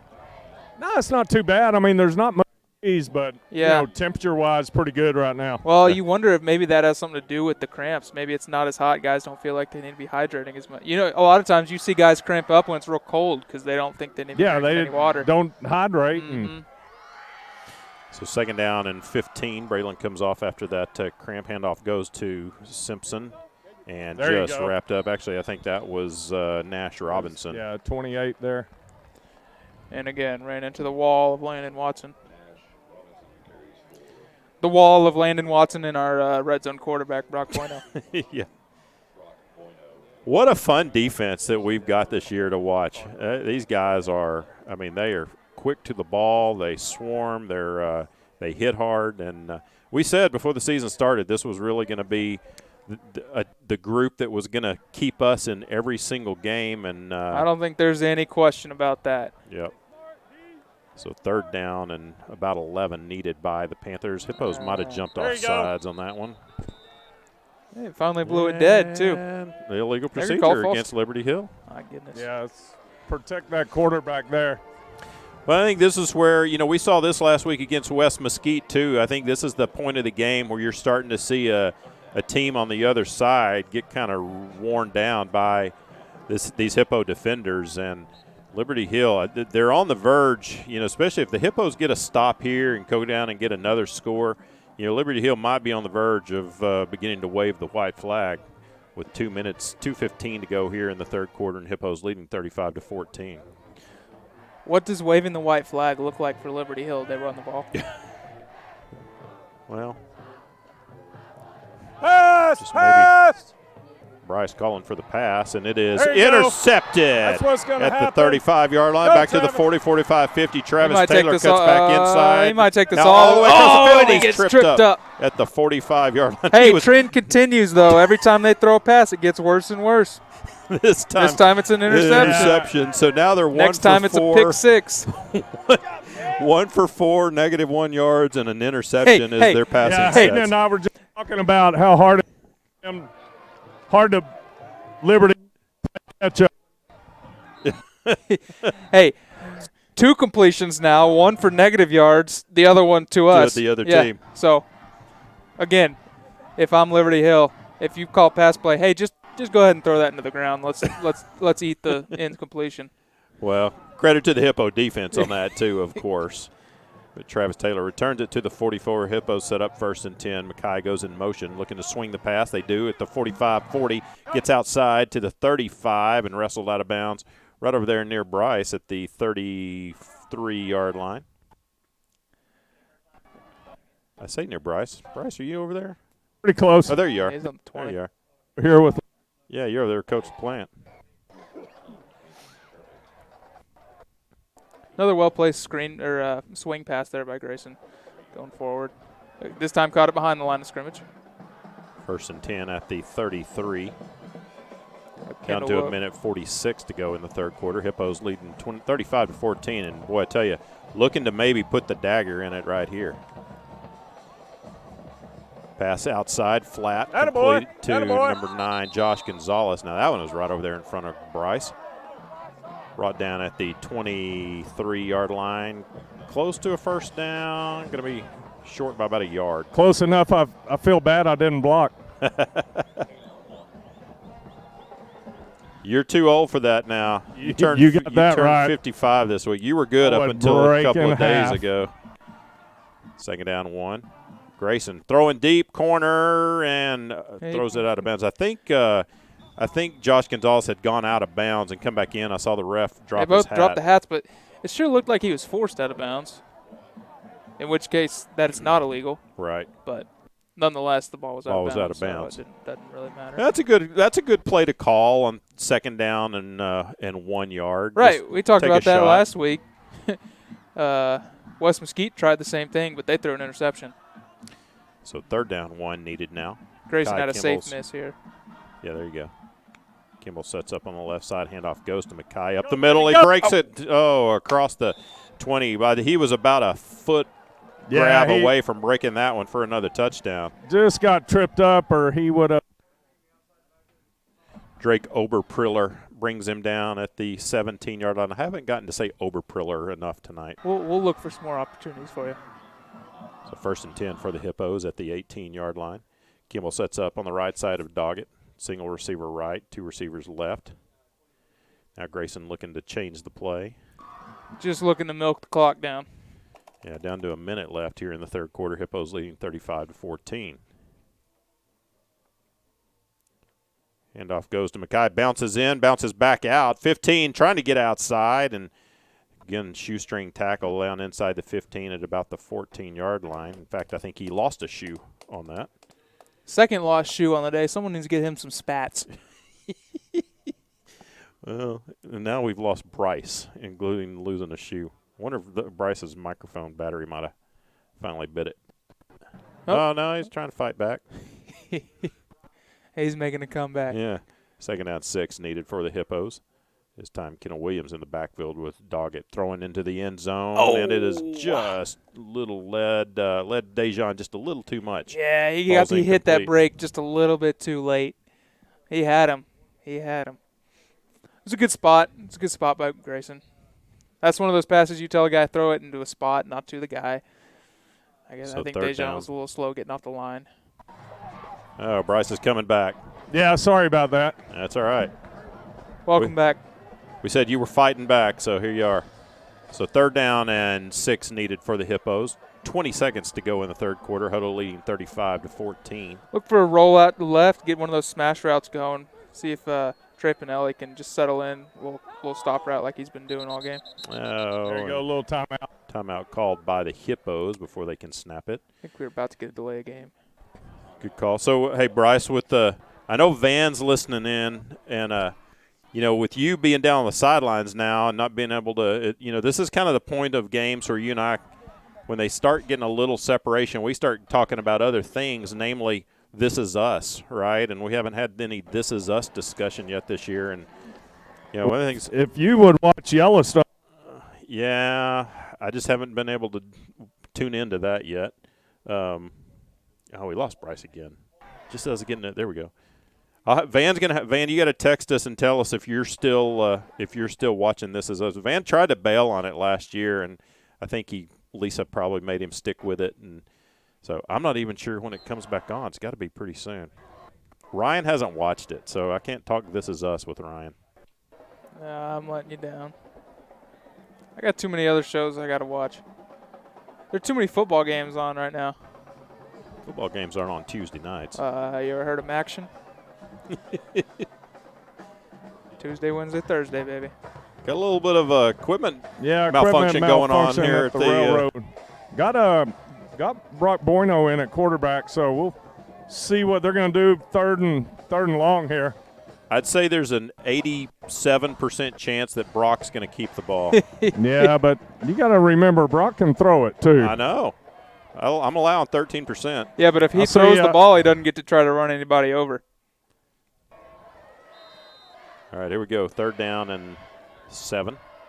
This is anybody's guess here. Dejan goes in motion from right to left. Brock keeping it around the right side, trying to turn it up. Crosses the 10, fighting for that first down. Going to be really close. Told y'all, 87%. Yeah, down. Good run. Got just enough for the first down. So good patient run, too. See if they leave Look Brock like inside. a running back. Well, and we talked before the season started that this would probably be an interesting thing to have Brock in the red zone because it just creates a whole different look for these defenses, right, with the Brock's ability to run it, to throw it. I love it. Well, you do. Yeah, I'm a Brock Tebow. I like this. keeps your son safe, yes. too. You put it on your nephew instead of your son. Hand off to go, Mackay, baby, going up go! the middle, trying to break a tackle inside the 5 and brought down at about the 3-yard line. And I think the clock is going to run down here at the end of the third quarter. A little bit of talking going on between some Hippos just a little and bit. Panthers.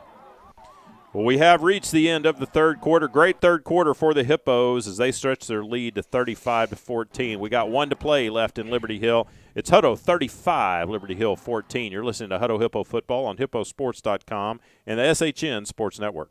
ACDI, Al Clausen Disposal supports the Hippo Nation. ACDI is a locally owned family company that specializes in solid waste services, including residential, recycling, commercial, and roll-off. Al Clausen Disposal has grown into a top 100 ranked corporation. Their mission is simple. They're committed to providing safe, reliable, and environmentally sound waste solutions at cost-effective rates while embracing new ideas to reduce the carbon footprint. Al Clausen Disposal, your local choice for all your collection and disposal needs. ACDI says go Hippos!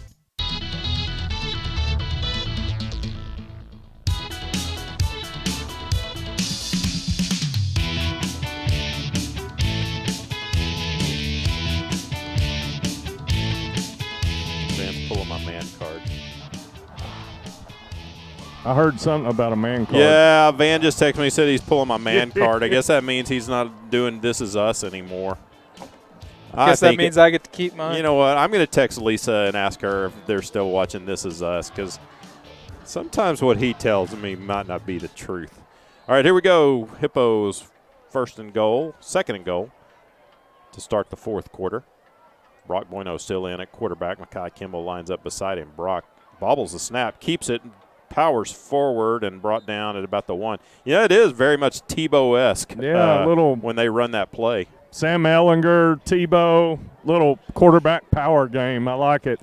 I got another shout-out I need to give, and I would be really remiss if I didn't get this one or give this one. I'd probably get in trouble. My son Landry, listening out in Lubbock. Lando. What's up, Landry? Landry is getting to hear Dad and brother and do the Hippos call. Third and goal, ball inside the 1 yard line now. Brock's going to go under center this time and just trying to power forward, and he gets nothing. Just that Liberty Hill Panther defense just stonewalls them. Yeah, I don't think that's our bread and butter That's there. probably not the play that we're looking for.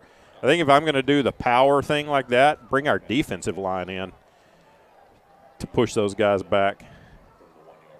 So I'm sure the Hippos will go for this, leading 35-14. Just underway here in the fourth quarter. The ball's inside the 1. If you don't get this, then Liberty Hill's going to they got a long field. Really backed up. I'm guessing something probably wide. Maybe that option again. Yeah, I would definitely whatever it is, outside. they better hurry. There's 3 seconds. They're going to have to call timeout. Yeah, they're going to have to call time. So Hippos, play clock gets down to 1 second. They call timeout. Ryan, you have an interesting stat for that third quarter? Yeah, you mentioned Stonewall and us. Liberty Hill had 11 yards there in the third quarter. That's just amazing. Finished the half with 108. They have 119 now. They have 26 rushing attempts for 119 rushing yards. Wow. 53 of those came off of 1 play. Wow. This is a team that had 3 guys run for over 100 yards last week. One of them ran for 190. This is a team that had 7,000 rushing yards last year. Yeah. That's crazy. What a job by the Hippo defense tonight. Oh, and what a turnaround from last year. And we talked about it all week. How would our experience affect our ability to stop their run? And it's been night and day. Well, yeah. Like we talked, I think the biggest thing is just that experience and guys doing their jobs. They're not keying in on all the flashiness. They're keying in on this is who I need to take care of, and I don't care about anything else. Example number 1 is Braylon Sugg, WWE finishing guy who doesn't even have the ball. Coach Mosley and I were just watching Braylon on the sideline, and he's like, I thought he pulled a Martin on the field. Don't want to do that. No. Here we go. 4th down to goal. Ball inside the 1 handoff. Makai is stuck at the 4 yard line. So Hippos are going to turn it over on downs. They tried to. One thing I wouldn't have done is go up the middle with our speed. Not sure why you want to try to go straight up the middle when you've had so much success going wide, but the Hippos take a shot at that. And good penetration by the Liberty Hill defense, and they stick Makai back at the 4 yard line. So they'll take over 1st and 10 at their own 4 yard line. Yeah. Like I said, a long way to go. You wonder, with as much success as we've been having wide, but at this point in the game, you almost wonder maybe they're just trying to get some sort of confidence going inside, give those linemen some sort of boast of, hey, we know you guys can get a push. Yeah, they try, but I guess maybe that has the opposite effect. Yeah, now they might be demoralized. Yeah. All right, so Liberty Hill take over 1st and 10 at their own 4 yard line. See if the Hippo defense can get a score, maybe a safety. Liberty Hill just tries to power it straight up the middle. Quarterback sneak from the 4 yard line. Jacob Kearley keeps it. Well, you're down 35-14 with 10:20 to go in the ball game, and you're running quarterback sneaks down from your own 4 yard line. Yeah, it's hard offense play catch up. Yes, it is. They're slowly but surely 95 showing yards us away. new looks. They split a receiver out wide that time. Yeah. So they're bordering on spread material now. 2nd down and 8 needed for the Panthers.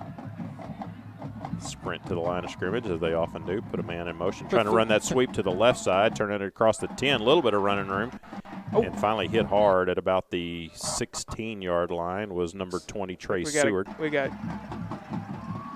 that Amir Ward? It's a little shaken up down there. Well, it looks like he's gonna be another cramp. Landon Watson might be down. Two Hippos hit hard. Landon was kind of reaching for his I think Landon's maybe cramping. Yeah, they're just stretching him out. So that's good. You hate to see the guys down, but it's kind of nice when you see them just out there stretching and giving them water. Right. Of all the injuries you could have, that's about the best one to see. I mean, you don't want any guys hurt, especially when you're up 35-14 in a game that you're have it well under control. Well, and if we don't have such a poor showing by our second team defense last week, you wonder if maybe this first team is already off the field. But and that's the thing, depth-wise, we just don't have a whole lot of options. Yeah, I'm guessing that might be Landon's last snap of the night. I bet he's thinking not.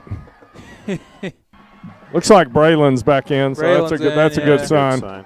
Ryan, I got to give another shout out to my mom, your grandmother, listening in Wichita Falls.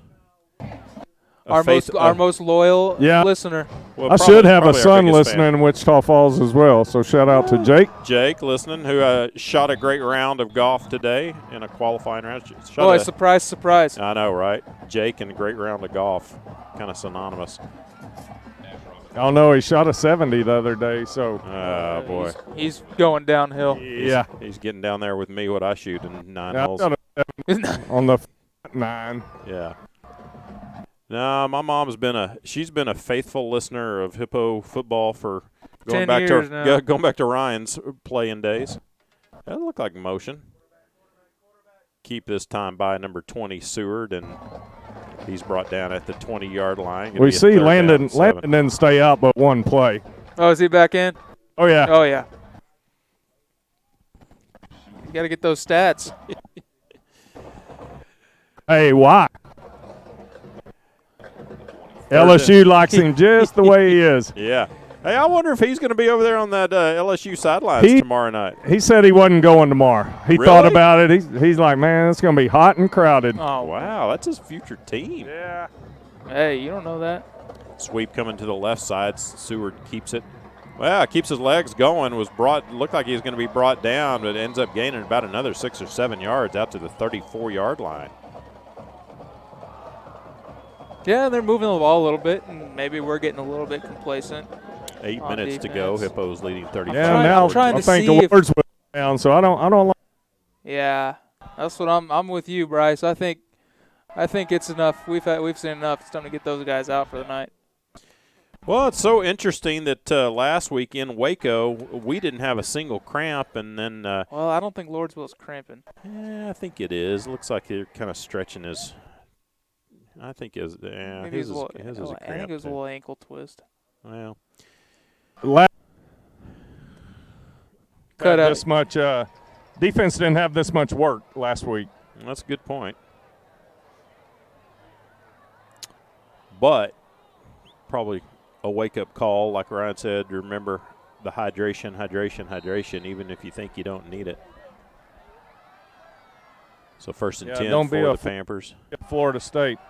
Exactly. Oh. What a whiner. Oh! Quarterback Kearley just crumbled at the 31-yard line for a loss of 2. And I think for both teams' health's sake, we should just go ahead and call this one. Looked like Jay. Hey, Van saying the guys need to get on the stairs next week. Get on that Iron Mountain. Bring out the trash cans and start doing the Iron Mountain. Nah, these guys, I know they've been in really good shape. I think they're just Ryan, I think you might be right. They probably just didn't hydrate like they should have.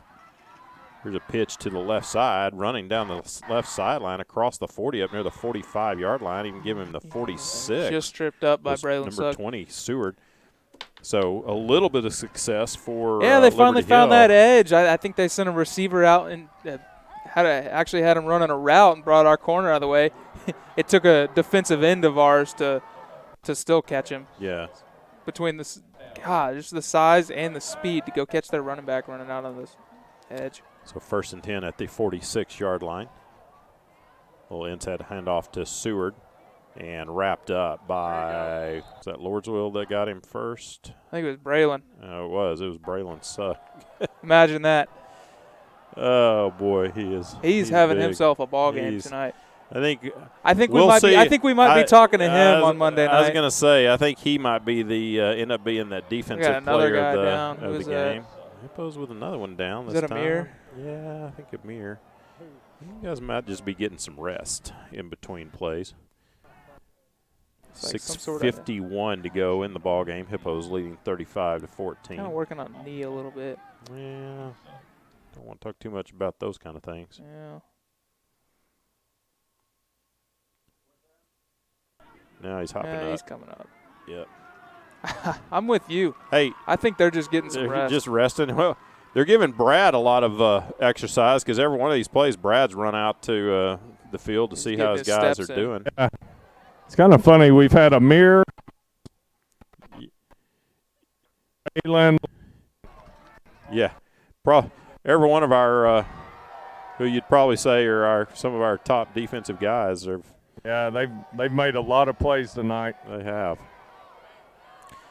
Yeah, Ryan. I think there's. I think it'd be upset of the year if Braylon Sugg's not the defensive player of the week, but we'll see what the coaches end up choosing. Here we go. Said handoff goes to Simpson. He's guess who? Stuck by Braylon Sugg and Landon and Lordsville all around him. He never went down, but Forward Progress stopped him for a loss back at the 45. I think they're going to actually say he got back to the line of scrimmage, I guess. They're spinning him around, and he's looking for the refs like, hey, man, go ahead and blow that whistle. Blow that whistle. Yeah. I got 3 men about to tackle me. They weren't calling that down the first quarter. Isn't that the truth? 6:10 to go in the ball game. Hippos leading 35-14. Say on their way to going 2-0 on the year, and a very convincing win against the number 4 team in the state, Liberty Hill Panthers in Class 4A. Inside handoff to Seward's got a little bit of room across the 45, down near the 42-yard line. Trey Pinelli in on the tackle. Yeah, I think Trey might have saved a touchdown there. He was the only guy between him and the end zone. So give him the 41 and Hippo into the field, 1st and 10. Secondary hadn't had a lot of opportunities to make haven't. tackles tonight, which is a good thing. Well, it doesn't happen when the team only throws 3 times. Well, it means we're stopping them at the line, too. Handoff up the middle, no gain to, I believe that was number 11, Jacob. No, it was it 20, Seward? I believe so. Yeah, actually, I say no gain, and ends up with about 2 yards. Place the ball 39-yard line, 5:10 to go. Clearly, Liberty Hill's not they're not trying to win this game at this point. This has been a solid 6-minute drive from their 4-yard line. Yeah, that's what you want when you're down 35-14. Yeah, except I'd like to see our defense not on this field. There's a pass play, and that one is caught finally at the 15-yard line, complete to number 31, Caden McMahon. And Ryan, there you go. There's just messing up your. There goes their one pass in. Well, I mean, they couldn't get much worse. They hit rock bottom, and now they're coming back up. No, you'd said the next one was going to be a pick 6. All right, so first completion of the game. I can't be 100% all the time. Down to the 16-yard line. Hand off to Seward. Oh, nice good tackle by Brock Boyno. Attaboy, Brock. And he gets up and lets him know. Turn it upfield. Seward inside the 15 to the 14, but Brock comes knifing in and takes his legs out from under and pick up a 2, 2nd and an 8. 4:15 to go in the ball game. Yeah, you don't want to give up a score. Yeah, right I was going to say, as well as our defense has played today, you got to think that they're wanting to stick their heels in right now, and you don't want them to go on you don't want to finish giving up a 96-yard touchdown drive. But Seward takes it across the middle to the 5. Ball comes on out. The ground, and I think Liberty Hill jumped on it. Liberty Hill might have jumped on it. You're right, but Brock thinks it's us. Hippos. Hutto ball. Wow. Should be Hutto ball. The Liberty Hill kid has the ball in his hands right now. And they are going to give it to the Hippos. So a turnover. So a they do. 90-yard drive. Yeah, so they got. Turns into. That's right. They drove from their 4 down to the Hippo 5, and the Hippos take it away from them. What was that? Is that the 6th turnover of the night for the Panthers? I think? That's their 3rd turnover. No, that's their 3rd turnover. We've had 4. Well, they had an interception. Oh, okay, that's their 4th turnover, and we've had 4. All right. I think that might be their 5th, but nonetheless, I'd agree to disagree. That will be easy to settle that argument. So Hippos will take over 1st and 10 at their own 5-yard line. 3:55 to go. Hey, what in the ball a game. Great field position flip by Liberty Hill. That's right. They're just playing the field position battle. They pin the Hippos back at their own 5-yard line. Snap to Brock, handoff to Kimball. Breaks loose at the 10-15. Go, Mackay! And he might take this one all the way at the midfield, at the 40, at the 30. They're not going to catch him. 95-yard touchdown run by Mackay Kimball. Wow, broke one tackle. Once he got into the open field, he was not going to be caught. Ran away from him. And 95-yard touchdown. Woo! Again, had him wrapped up in the back. Fumbled snap, busted. Yeah. 95. That's right. Just like you draw it up. Yeah, and that what was remaining of the Liberty Hill fans are making their way down the steps. And they're going back out to that tailgate. They had a good tailgate going on. So a 95-yard touchdown run by Mackay. And, yeah, he is so stinking fast. Once he got past those guys, you knew he was gone. Gutierrez on to attempt the extra point. Snap back, hold down, kick is up, and it is good. 3:40 to go in the ball game. It's now Hutto 42, Liberty Hill 14. You're listening to Hutto Hippo Football, hipposports.com, and the SHN Sports Network.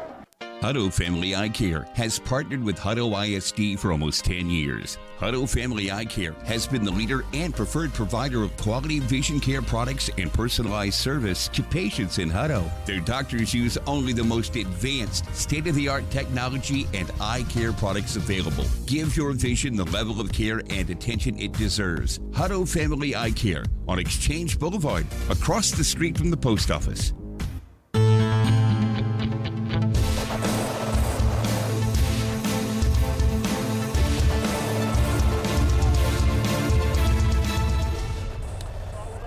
Well, Liberty Hill drove the ball from their 4-yard line down to the Hippo 5 before they turned it over on a fumble. And on the Hippos' first play, Mackay Kimball takes the handoff and goes 95 yards for the Hutto touchdown to put this one way out of reach as if it wasn't already. And with 3:40 to go in the ballgame, it's now Hutto 42 and Liberty Hill 14.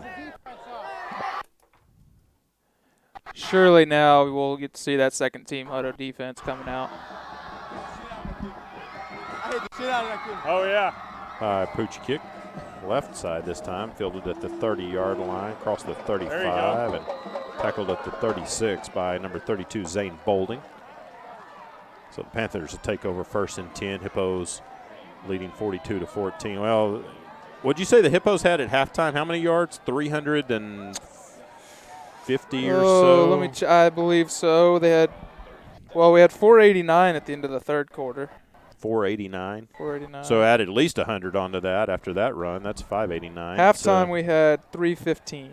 Okay. So averaging about 100, 150, 160. I mean, I think the Hippos are looking at having at least 600 yards offense in this ball no game. question. See if Michael Holliday will look over here, see if he can tell us. So 1st and 10 for the Panthers. Kearley keeping it, heavy pressure, scrambling to his left, throwing it, and it is incomplete at the 40-yard line.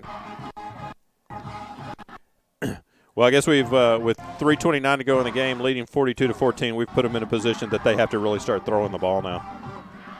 Just where we want them. Well, it looks like we finally got our second-team D in there as well. Still, though, great pressure. Diego Hippolito back in the backfield along with Justin McCourse. Liberty Hill's offensive line isn't exactly built for pass protection. No. So this is kind of prime time for those defensive linemen. 2nd down and 10. Kearley with a straight drop. This time heavy pressure, throwing over the middle. It's intercepted at the 40-yard line and returned to the 35. Number 33, Michael Mason, jumping in front of the pass and picking it off. And good reflexes there by Michael. Yeah. Well, how fun too. You know, you're a lot of these backup defenders. They get in and try to make the most of their playing time, and Mason jumps in front of that and returns it to the 33-yard line. So I think they took it a little personal last week after they gave up those 2 touchdowns. Yeah, back to the old way of throwing for That's Liberty right. Hill now. Nowhere to go but up from here, right? So the Hippos will take over 1st and 10 at their own 33, leading 42-14. 3:21 to go in the ball game. That's man. Now they've got, who's in at quarterback now? Bealey, maybe? Handoff is to like number 19, right Donald Douglas. Fights for about a yard. So well, that answered the question for us. We were wondering earlier this year who comes in if we're up big, because Brock's the backup. It's right. Jared Bealey. About Jared Bealey. Played a lot of snaps last year at quarterback. So 2nd down and 9 for the Hippos at the 32-yard line.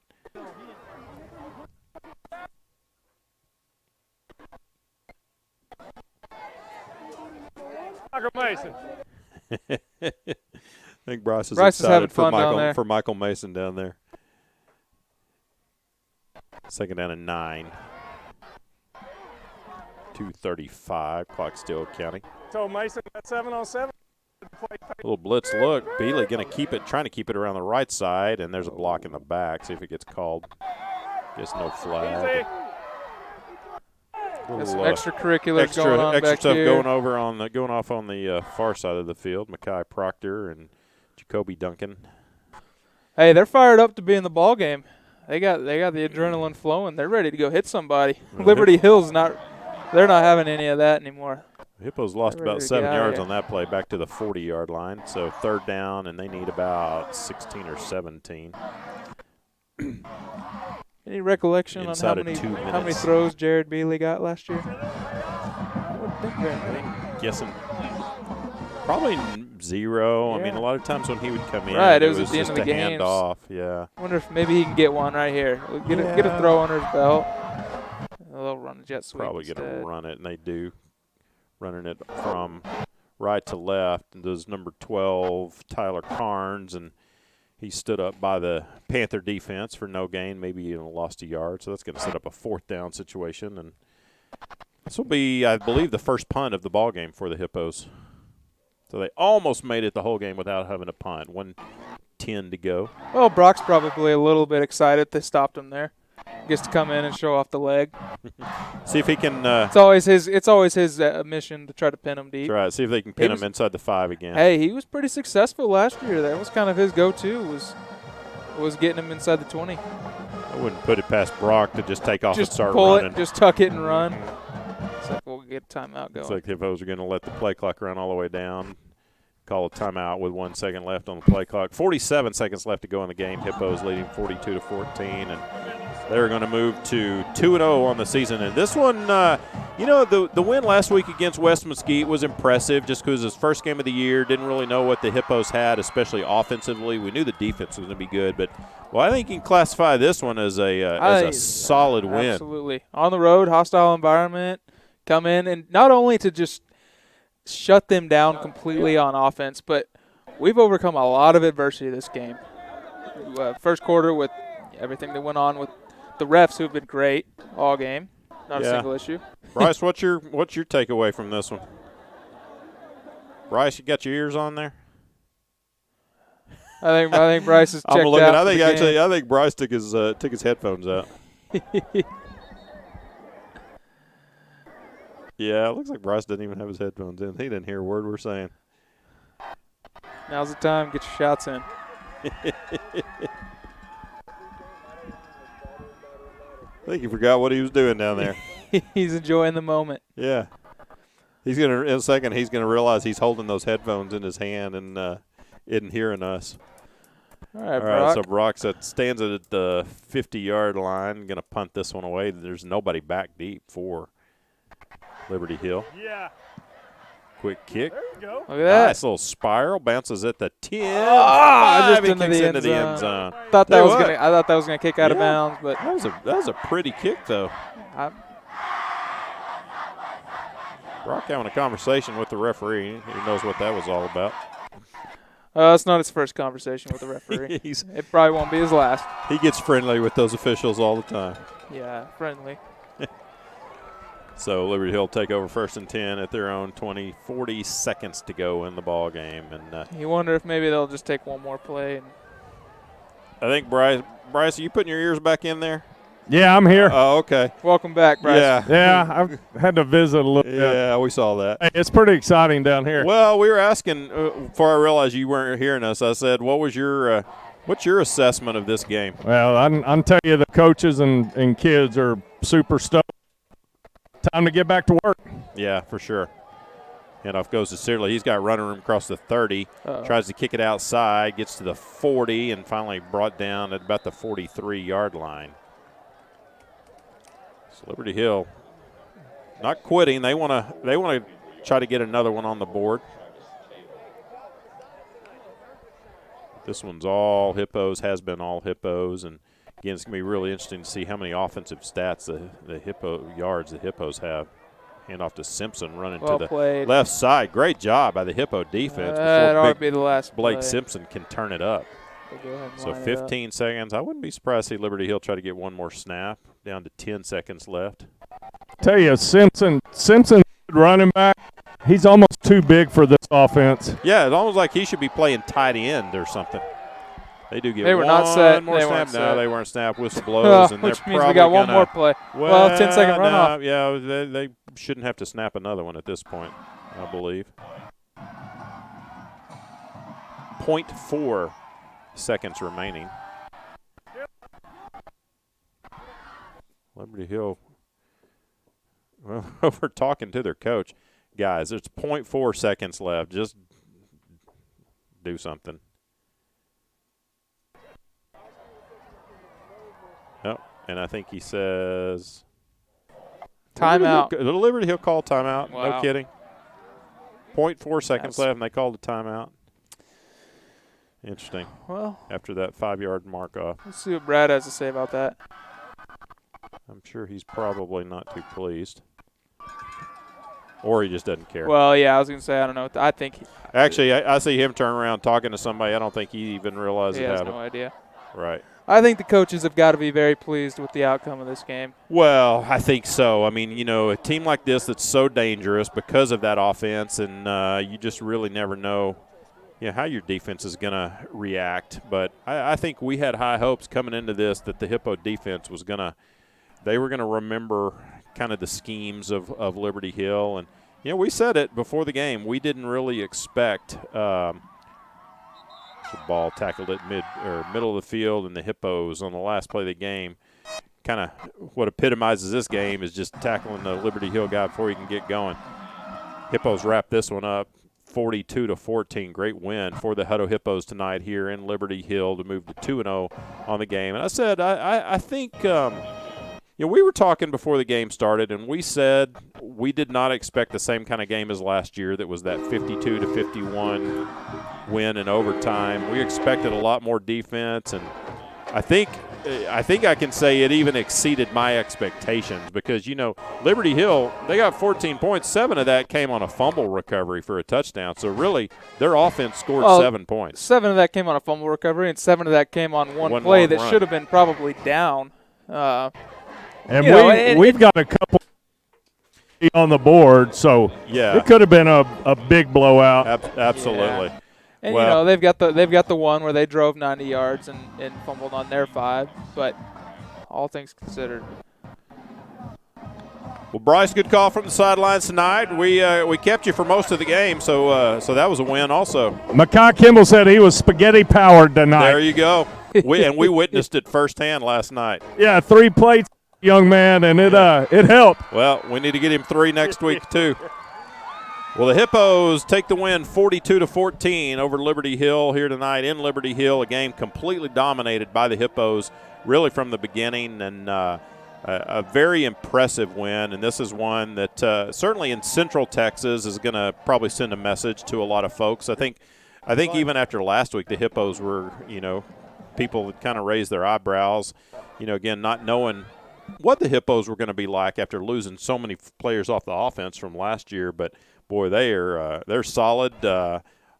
solid offensively and just outstanding on defense. And next week they'll be home. First home game of the season. It'll be against El Paso del Valle. And I will tell you, folks, it's you need to come out for that one. This is going to be a special game. First of all, it's our Freedom Game, our annual Freedom Game, where we honor our veterans and first responders and active military folks. And, we do that every year for the Freedom Game. But we're adding another element to the Freedom Game this year, and that is honoring our friends that are going to be coming over from El Paso. Obviously, they just they dealt with a unthinkable tragedy a few weeks ago, and the last couple of weeks we've been selling T-shirts that say Hippo Nation is El Paso strong.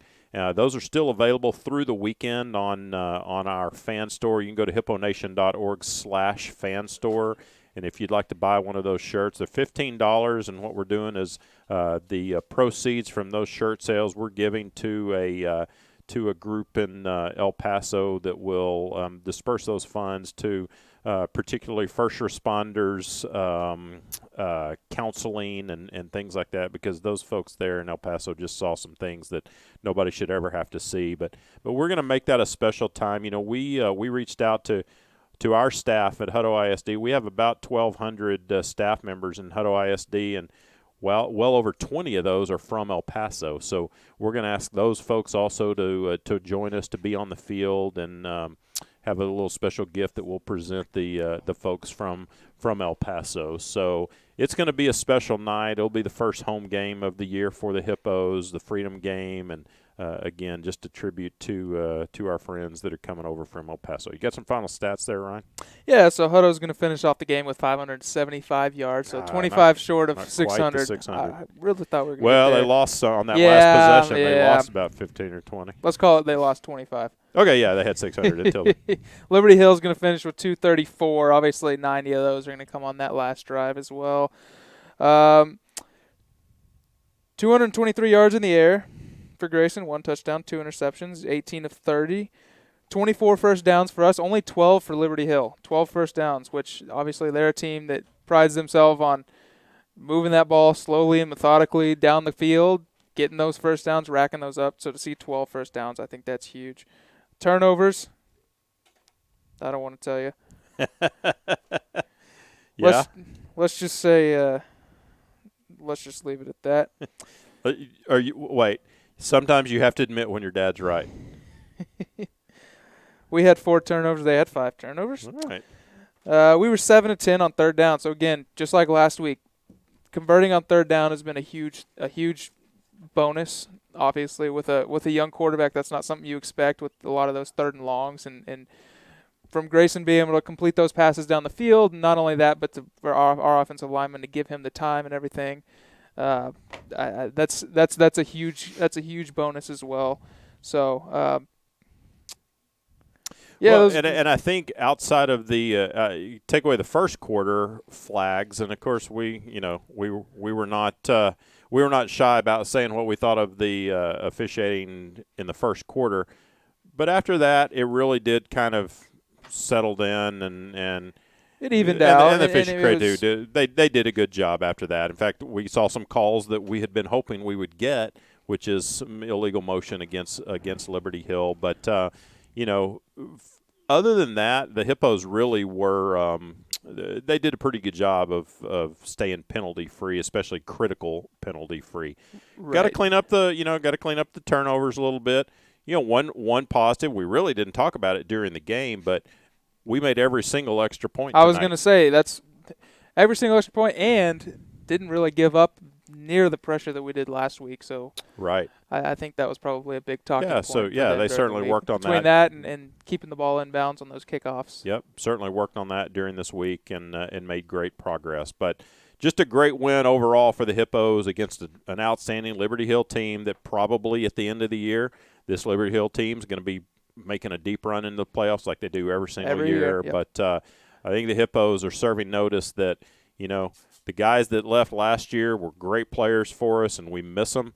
but there's other guys that are just stepping in and filling those spots, and particularly this defense. Particularly on the defensive is side. going to be Absolutely. so fun to watch the rest of this year. Knock on wood that they stay healthy, but boy, what a fun unit. Yeah, and it's going to be a little bit of a different look for us, especially on the offensive side. We don't have the flash and the playmakers necessarily that we did last year, but I think you're exactly right. That defense, we're not going to lose any games because of that defense. I don't think so. So I think the key is going to be, if our offense keeps us in the game, we can't have 4 turnovers every game. Right. That's not gonna help. And you do that, and you put some extra pressure on that defense, but that defense stepped up and they saved the offense when they were turning it over. Well, a great win for the Hippos tonight. They moved to 2-0 on the year. They're now looking forward to their first home game next week, the Freedom game. Come on out again. It's going to be a great night. Support a lot of causes, but also support the Hippos and their quest to continue moving forward in this season. And got 2 more games of non-district play before you get into district play, and then the real fun starts. And exactly. That's a new season. But this team is going to be one that's going to contend for the district championship again this year. Final score from Liberty Hill is Hutto 42, Liberty Hill 14. For Ryan Robinson, for Bryce Doggett down on the sidelines, for Gage Bowles working all the controls here in the broadcast booth. I'm Todd Robinson saying good night and have a great weekend, everybody.